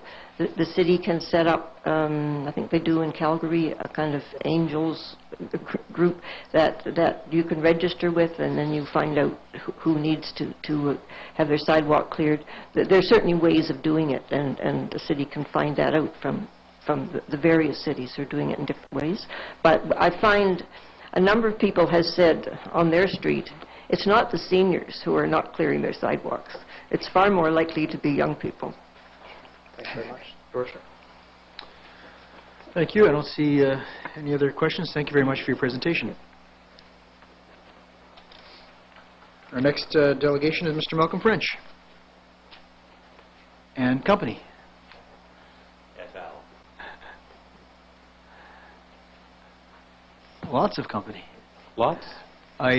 Please state your names and which organization you represent, if any, for the record. You have up to 10 minutes to make your presentation, and we ask that you follow the brief that you provided the clerk's office last week. Your Worship, Councillors, good evening. My name is Malcolm French. I'm the Canada Post Manager for Media and Community Affairs for Saskatchewan and the Northwest Territories. With me is Gary Palmer, who is Canada Post Manager of Mail Operations in Regina. Dale Hantelman, Canada Post Health and Workplace Safety Officer, and we are also accompanied by Leo Contreras, who is the first Vice President of Canadian Union of Postal Workers Local 820. Leo is a letter carrier here in Regina, and Gary is a former letter carrier. Started his Canada Post career as a letter carrier. It's not so long ago, right? We're here tonight to address issues of snow clearance and snow removal in Regina, and in particular, we'd like City Council to consider the merits of extending the current snow clearance bylaw to include residential property. This is a workplace health and safety issue for us. The streets and sidewalks of Regina are the shop floor for hundreds of Canada Post employees in Regina. Like any shop floor, there's always an element of risk, but every year we have a sudden and yet entirely predictable increase in the risk our employees face in their workspace. We may not know when the first or last snowfall is going to be in Regina, but we know for certain that there is going to be snow and ice every winter. Across Canada, there are typically in excess of 1,500 letter carrier injuries every year due to ice and snow. Last winter in Saskatchewan, there were 124 injuries, resulting in more than 900 lost employee days at a cost to Canada Post in excess of $270,000. That's the direct costs. That does not include the indirect costs, which could be as much as 4 times that. In Regina, there are 160 letter carrier walks and suburban service routes. There are more than 200 full-time, part-time, and relief letter carriers. Every winter day, these dedicated employees put themselves at risk to deliver the mail to businesses and residences throughout the city. These are people who are involved in their communities beyond their jobs at Canada Post. They're dads, they're mums, they're hockey coaches and school volunteers. They're involved in their community, and they contribute to the quality of life in our city. And every year, some of these workers are injured through slipping and falling due to ice and snow. Walking with 35 pounds of mail is difficult enough, without the additional exertion of trudging through deep snow carrying 35 pounds of mail, and possibly slipping on ice as well. In the winter of 2006-2007, Canada Post Health and Safety reports a total of 73 slips, trips, and falls in Regina, for a total of 216 lost employee days, with an estimated cost to Canada Post of $65,000, to say nothing of the effect on the employees and their families. In the winter of 2007-08, we saw a reduction in the number of injuries, but a significant increase in severity, 63 injuries, resulting in 327 lost days at a cost to Canada Post of about $100,000. As of the end of December, in this winter, we've experienced 33 injuries for total lost time so far of 165 days at a cost of about $50,000. That's as of the end of December. I don't have updated figures to today. Over less than 3 winter months, that's a total of over the course of less than 3 winters, that's a total of 169 injured workers, 708 lost employee days, and a cost to your post office in excess of $212,000. And that's before we consider the employee pain and suffering, before we consider the effect on their families, before we consider the cost to the province through both the Workers' Compensation Board and the Medical Care Insurance Commission, before we consider the cost to businesses and to individual citizens if their mail is delayed, and before we consider the effect on the quality of life overall in Regina. I'd hoped to provide some comparative figures for the city of Saskatoon, where they do have a snow clearing bylaw. Due to time constraints, I wasn't able to provide all of that data. I note, however, that the total reported slips, trips, and falls injuries in the North Saskatchewan Directorate are consistently lower than for the South Saskatchewan Directorate over this period. Given that Regina and Saskatoon letter carriers would be the largest component of such injuries in their respective areas, this suggests that the Saskatoon bylaw is proving at least somewhat effective in reducing injuries to letter carriers. In fact, I was able to isolate one piece of data, which is that so far this winter, while we've had 33 injuries in Regina, they've had 21 in Saskatoon, so we're over by 50%. If injuries to letter carriers are down due to the bylaw in Saskatoon, it's probable that injuries to newspaper carriers, utility workers, seniors, and other citizens are likewise down. Every one of those injuries represents a real person, a real citizen of Regina, whose pain and suffering impacts the lives of their families and their community. And the vast majority of these injuries could have been prevented simply by shoveling some snow, scraping some ice, or putting down some ice melt. Of course, it isn't just letter carriers who face this risk. There are leader post newspaper carriers, utility workers, the kids that deliver flyers, and the Regina Sun. There are school children, senior citizens, and university students. These are your neighbors, your friends, and your family members. And the risk to all of these can be significantly reduced by the choices that City Council makes. Thank you. Thank you for your presentation. Councillor Murray, I think, has a question. Yes, thanks, Your Worship. And gentlemen, thank you very much for your patience for sitting all the way through a very long night. I'm just curious, I appreciate you have a lot of numbers here. Is there any kind of a breakdown of what would be on private and what would be on public as far as when those slips and falls occur? Because obviously, I mean, a mail carrier is going on both on a regular basis. I don't have that data, and it would be difficult to isolate because of the way we do some of our record keeping. Yeah. But I could try, but yeah, I wouldn't want to vouch for the accuracy of that. Yeah, and again, I appreciate that very much. I know my letter carrier is very diligent and doesn't matter come sleet or snow or rain or however your saying goes, he's always there. It's not ours, it's the U.S. Postal Okay, Service's well, saying. this guy follows just like the rest of them. But anyway, does a great job. What I notice in the way that he delivers the mail, he doesn't really use the sidewalk that much other than to cross over because he crosses the street. So Councilor Murray, are you going to have a little discussion or are you going to ask a question? My query is, what would be the traditional or the proper way to deliver mail? Is it to go down the sidewalk or is it to go from one side of the street to the other? I'll let Gary Palmer take that Yeah, one. there's a line of delivery that the employees are expected to follow. The line of delivery is designed to keep them safe and mostly to the city sidewalks or roadways where it allows them to walk down the side. So typically it would be all the way even on one side of the block and then come back all the odd on the other side? Or Yes, typically. Okay. And again, that was my question, Your Worship. Thanks very much. Thanks, gentlemen. You're welcome, but you're more than welcome to have a discussion when we're done the meeting if you guys want to stay. Councillor Murray's interested in that. Councillor O'Donnell. Thank you, Your Worship. Welcome to Council, gentlemen. On the day that this item came before Works and Utilities, in my mailbox, delivered by Canada Post, was a little brochure. And it described a program to encourage people to shovel their walks, and then there was some reward, and I think there was a coupon. Is that a provincial, national, local program? That particular one is a National Canada Post partnership with Canadian Tire, actually, the Clear the Way program, and you can find out more at www.canadapost/Clear the Way. And it's essentially, there's a scratch and win where you could possibly win prizes, and then there's some advice on proper methods for snow clearing and what some of the benefits are to proper snow clearing. And in addition, stand by, we expect to be running again the Clear the Way partnership locally that we have with a number of partners, including the City of Regina, which includes the draw for a snowblower. All of those promotional activities are very useful and very helpful, and even Saskatoon, which has a bylaw, is also a partner in a parallel Clear the Way initiative in Saskatoon, like the one here in Regina. But education is only one piece of it. That was a very good explanation to that question. Thank you. One more. Are you going to follow up that program with any determinations as to how well it works, not just in Regina, but as you mentioned nationally? You know, are you going to pick on Moncton or Kamloops or wherever and follow up? I would happily pick on Moncton. I know that there is a plan to evaluate the success of the campaign. I don't know the details offhand. Perfect. Thank you for that. Thank you, Councillor O'Donnell. Councillor Bryce? Thank you. Is there anything in place that if the postal worker feels that it's unsafe that they can refuse to deliver mail there? Or I know when I worked in home care as a nurse, if it was unsafe, then we were told not to go there. Is the same for letter carriers?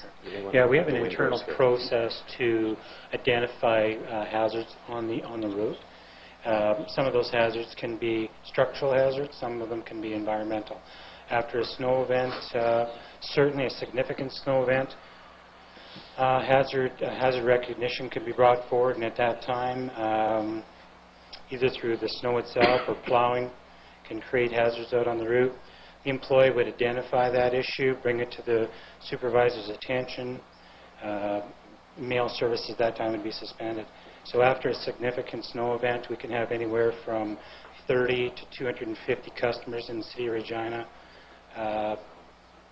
with service suspended.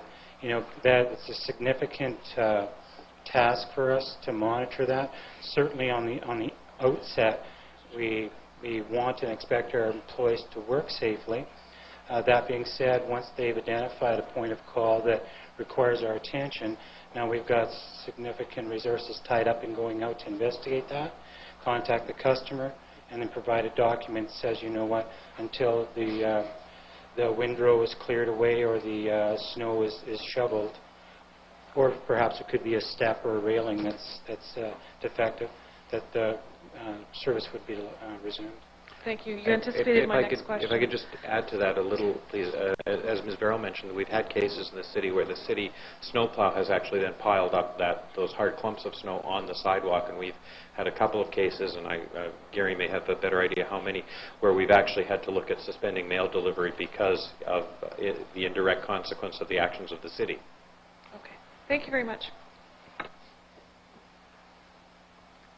Councillor Brown? Thank you, Your Worship, and thank you, gentlemen, for coming forward. We've heard a number of different references to the percentage of snow that has been cleared off I suppose, sidewalks here in Regina. I'd be interested in your perspective on this subject. Where would you peg the number as a result of our positive encouragement? My daily contact is directly with the employees and the team leads that support the letter carriers, and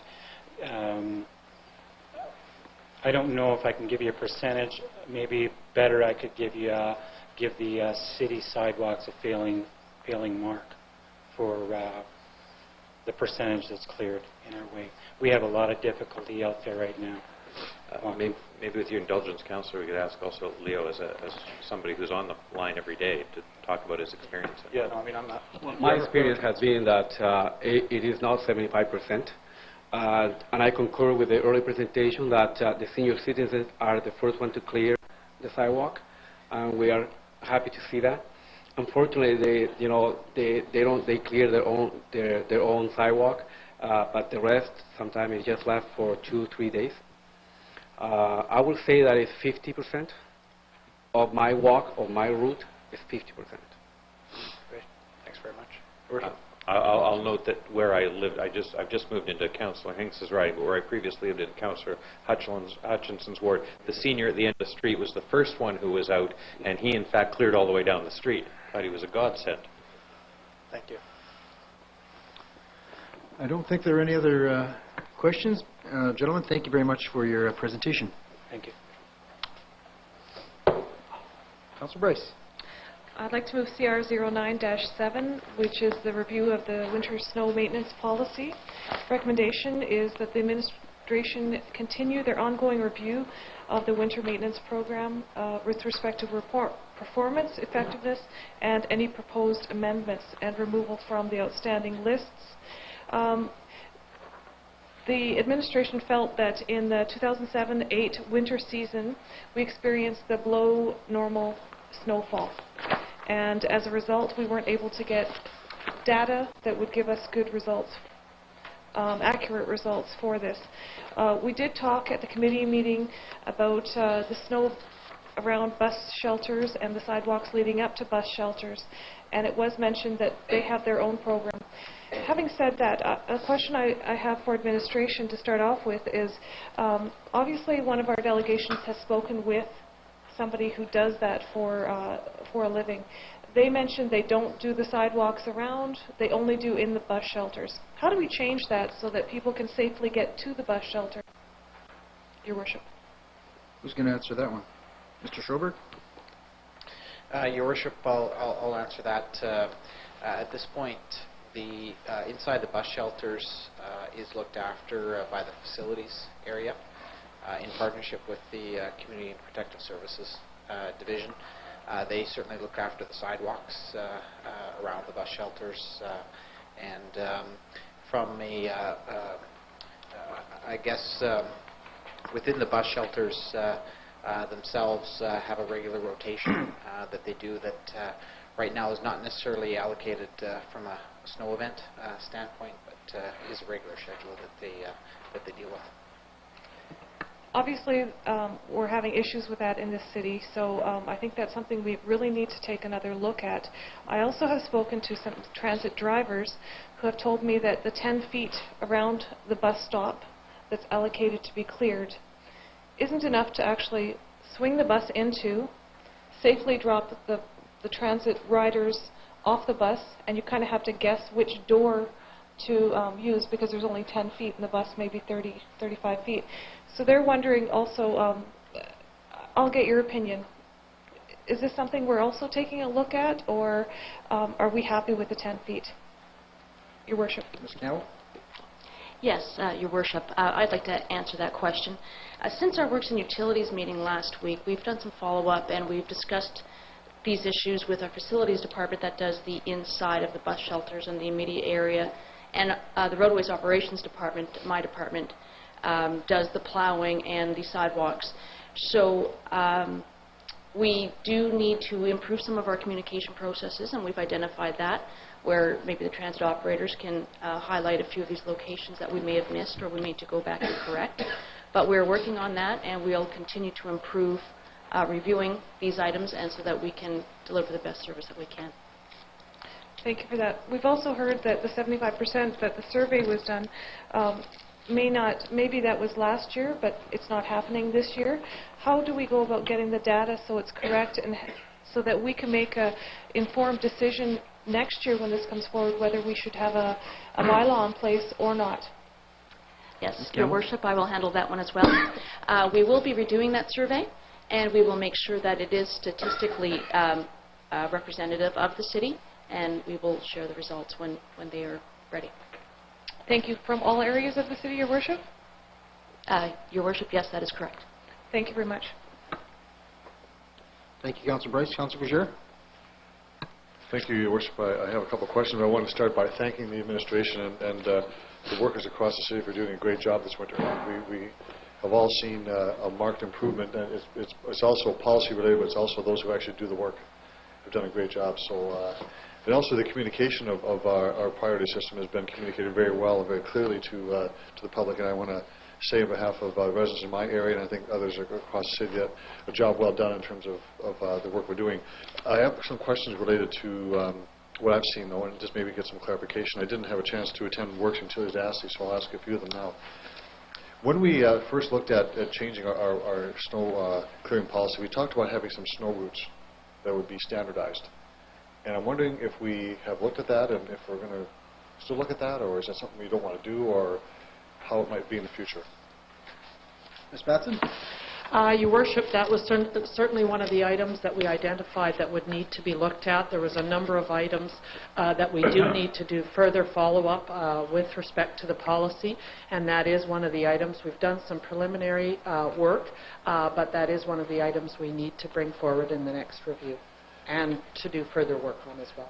I'm hoping, Your Worship, that might be part of the transit review that will begin to look at change of transit routes. That would be where we would have these snow routes, but also, obviously, the major routes used by vehicles as well. Next, Your Worship, I've had several people call me in my ward about snow near schools. And typically, these are issues where the snow may be cleared on the school side, but on the opposite side, it is not.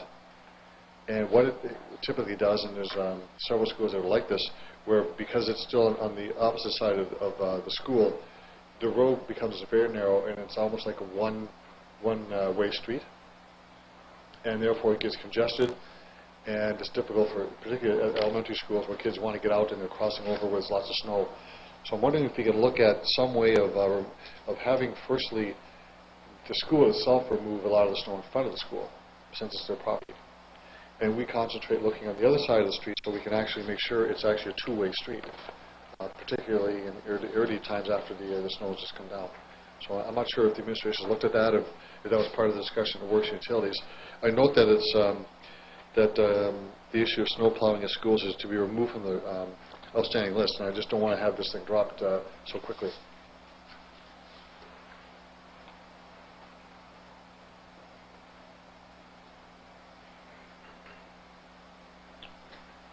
Campbell? Yes, Your Worship. Sorry for the delay. We can certainly have a look at that and see what the implications would be. We have completed all the school removals at least once this year, so we're pretty pleased about that, but we could certainly look at what the impact would be to doing the other side. Okay. Would that come back at the next year or after the next review, isn't it? Because I'm gathering this is an annual review we're looking at. We will definitely be back with an update to this review. It will be an ongoing, so I would anticipate it will be annual. Okay. Your Worship, Prince of Wales in my area has been widened and is now a major thoroughfare in the area. And last year we actually had snow removed. There's no sidewalks, but there was snow removed just off the road for people to walk. This year that is not the case, and I'm very concerned about public safety. The people that do walk in the area, the crusher dust pathways are not cleared, so there really is no place for them to walk. And I have made some calls about whether we can actually clear this off, because there are people who are walking, kids walking down the street, women with children walking down the street, very dangerous. And I'm just hoping we can take a look at that to find a way to have that cleared. If the pathways were cleared, that's great, but they're not. But certainly some way to clear off on the edge of the street so they can get off the roadway and be safe. Yes, Your Worship, I would like to address that as well. We have discussed that since you've brought that to our attention recently, Councillor Fouché, and we will be clearing a path. We may not be able to find the exact gravel path, but we have decided that we will find a way to clear a path for residents to walk on the side. That's good to hear. That's good to hear. Your Worship, one last particular area, this is Quan Street. Again, there is not fully two lanes as you go either east or west, and the sidewalks are not clear there either. So again, it's much the same thing of pedestrian safety, just walking down the street where there is absolutely no place to walk. So I'd like to have them take a look at that as well. I think there's a nod of the head. So nod of the head, that's good. Finally, Your Worship, just the monitoring and compliance. I know last year we were able to do that because it was a different kind of year. It wasn't quite as cold or as much snow. But look forward to seeing monitoring and compliance so we can get a better handle as to how we're being effective. That is very much related to, I guess, Appendix B within the report. Very pleased that we have the enhanced policy and that we're having a usual report back to Works and Utilities and Council as to how things are going. It's a great forum for discussion for further improvements. Really do appreciate the work that's been done by the administration and again by the workers doing all the work. Thank you. Thank you, Councillor Fougere. Councillor Flegel. Thank you, Your Worship. And I want to commend the staff for doing a pretty good job so far this year because it's been a challenging one for sure. I think it's been stated that we have 970 kilometers of road in the city. Would we have double that in sidewalks? The same amount? Do we know? Actually, we do have a number, Your Worship. It's about 1,300 kilometers of sidewalks. 1,300. Okay. Needed to know that. I want to touch on one of the things that Councillor Fougere just sort of mentioned, and I talked with one of our inspectors or one of the roadworks people up in the north, and if you drive down McCarthy Boulevard, it's actually a three-lane road. One of them's parking, and in the winter, it's reverted to about a lane and a half for about a month. And the problem with that is we're still trying to get two vehicles down McCarthy or whatever major road it is. And the instruction I got was the fact that, yes, in another week we'll get down there and clear that right out of there. When I drove down and I looked at it, if we would take and push the snow up again, it might be a little higher, but at least we're allowing two vehicles to drive on that lane or on those two lanes, as opposed to 2 weeks later going back and now taking a blower down there with a truck. Cost effective? It's probably a lot quicker, faster. It gets the people to and fro. It's both sides of McCarthy Boulevard. It happens on Rochdale, and I'm sure it happens in other areas of the city that I maybe don't drive on. But the major thoroughfares, probably 80% of the traffic drives on these roads, and they're down to a lane and a half. So if there's some way, if that could be looked at, we are spending the money to clear the snow off of those streets, but it's 2 to 3 weeks later, and everybody's bunched in. So that would be something to look at. Councillor Fougere also mentioned something about Prince of Wales where the area is not clean for walking. My area as well, I have McIntosh Street, which is a big feeder of pedestrians to get to Rochdale Boulevard, to get to the university, or to the regular buses. And, you know, it's down to like a trail, as Ms. Verhall mentioned. And again, it's one of these barren streets that gets blown in, and things are being looked at. But one item I see across the city is, and I've talked to the commissionaires about it, and they say that they're very, this is their statement, very understaffed in terms of being able to get out and either ticket vehicles, identify vehicles. I'm wondering if there's a way that even our city crews could identify, or I don't know what the solution is, because there's parked cars that have had like 3 snow rows around them because the grader has gone around them 3 times. Now we've increased the depth of that car by 5 or 6 feet into the middle of the street. It becomes a safety hazard, and I don't know what do we do to enforce that, to tow the car away, and do we get a grader to go back and do that? And I see it across the whole city, not just in my area. I know of a few in my area, but those are a couple of the things. And when I heard that from the parking enforcement, I'm just asking the question, is that a fair statement on their behalf or not? Ms. Campbell? Yes, Your Worship. Thank you for identifying those issues. We have actually discussed them, and we will be getting our crews to call, especially for the parked vehicles, as you had mentioned. It is definitely something that we can do. As far as the pushing up the snow and clearing out some of those lanes, yes, we are working on that right now, and hopefully we will get to those particular streets that you mentioned very quickly. We do recognize that that is something that is a cost-effective option for us to do. Just to go back and grader it up? That's right. Okay, because that, to me, it's a quick fix and an easy solution. The one thing that I haven't touched on for probably 8 months, and I think I asked both of you the question to the administration, was last spring we went through this big cleanup and there was dust flying everywhere. So I'm going to ask the question again. Have we ever looked into or found another solution? I mean, we know the pebbles work and we know the salt works at a certain temperature, but I need to ask the question, have we found anything else that could reduce windshield chips and maybe reduce cleanup in the spring that would be effective enough to use in the winter months for ice and intersections? Campbell? Yes, Your Worship. We did identify some response to you in our report in regards to that issue. And long story short, we do use a pre-wetting agent which helps the effectiveness of our sand salt mix. We are constantly looking at best practices so that we can try to reduce the amount that we use. And to date, we've found the best combination that we can. A lot of those reactions are temperature dependent, so it makes it a little challenging when it gets to the minus 30 range. But we certainly will keep our eyes open for better technology as it is available that is environmentally safe as well. Thank you. And just a quick comment, as I have had to make a few calls into different people, and the response time has been very good, so my thanks to them as well. Thanks. Thank you, Councillor Fuego. Councillor Hinks? I, too, would like to commend you, Ms. Mazden and her crews for what a great job you've done during this.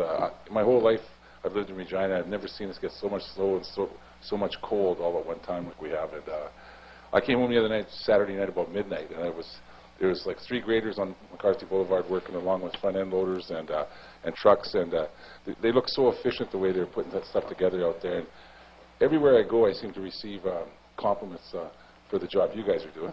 And but the one thing I've had 5 or 6 calls. The one thing that's common is the driveway one. Do we have a policy at all as far as, I know it's hard as I mean, I did operate that equipment myself too, and it's hard to make sure the driveways. But do we have any kind of policy in place to deal with that? Yes, Your Worship. Yes, when that does occur, it is a mistake, and residents are to give our 7,000 number a call, and we will come out and correct that. There is a certain height. That's correct. What is the number? 30 centimeters? 30 centimeters. So if it is above 30 centimeters, we will correct it. If it is below that, then we will not come out and replow that area. Thank you. Thank you, Councillor Hinks. Councillor Etchison. Thank you, Your Worship. And I'd also like to commend the city staff for the level of service that the residents have reported to me that they have received. I guess one of the things that I wanted to talk about is that we're having a typical Regina winter this year, and we are managing to get some statistics here which we can work with moving forward. One of the things that I sort of always fall back to is I wanted to see whether the city actually had a sort of a communication plan or something that we would be dealing with. And of course, I did some investigation on our website and found out that we actually do. And it's called Clear the Way. And I had to really dig to find that. I actually had to do the search button. And then I found what Mayor Fiacco had released in November. And I'm wondering if city administration, I guess from Works and Utilities to now, I see the billboards. And I know that there's TV advertising encouraging residents to clean their sidewalks. I'm wondering if the administration if they had any ideas about what we could do with our website. Because right now, we still have the daily road construction report on there as far as one of the side tabs. I'm wondering if we could do like maybe some of the other cities have, where we could actually have this information readily at hand. I'm wondering if there's somebody that can answer that. Your Worship, I'd be happy to answer that question. Since the Works and Utilities Committee meeting, it was recognized that snow removal was not in the right place, and so it is now the very first thing you see at the very top of the City of Regina website. We have been looking at some options that would sort of be similar to what we do in the summertime for the road report. So where are the crews today? What streets are they working on? Is it Category 1 or 2? And where is the equipment today? So we are looking at that option, and any other things that we can do in terms of updating council or updating citizens, just to let them know where we are working. Thank you very much for that. And I do see that there's a tab up there, and that was one of my questions, is that the popular topics, that is a stagnant then, and then that won't be falling off based on the search criteria that people do on our website. Well, there is no doubt that winter road maintenance is a popular topic right now, so it will stay there until such time that, and it would go by hits. It would also go by the information that we would get from Service Regina, media calls, and so on. So there's not a direct formula, but certainly winter road maintenance is a hot topic right now, and it will stay number one until the snow is gone, I would think. Yes. Thank you very much for that. One of the things that I have to agree with Councillor Fougere is about the snow routes. And I noticed that Saskatoon has it and Edmonton has it, and it seems to be a program that works very well. And I would encourage the administration to look at that.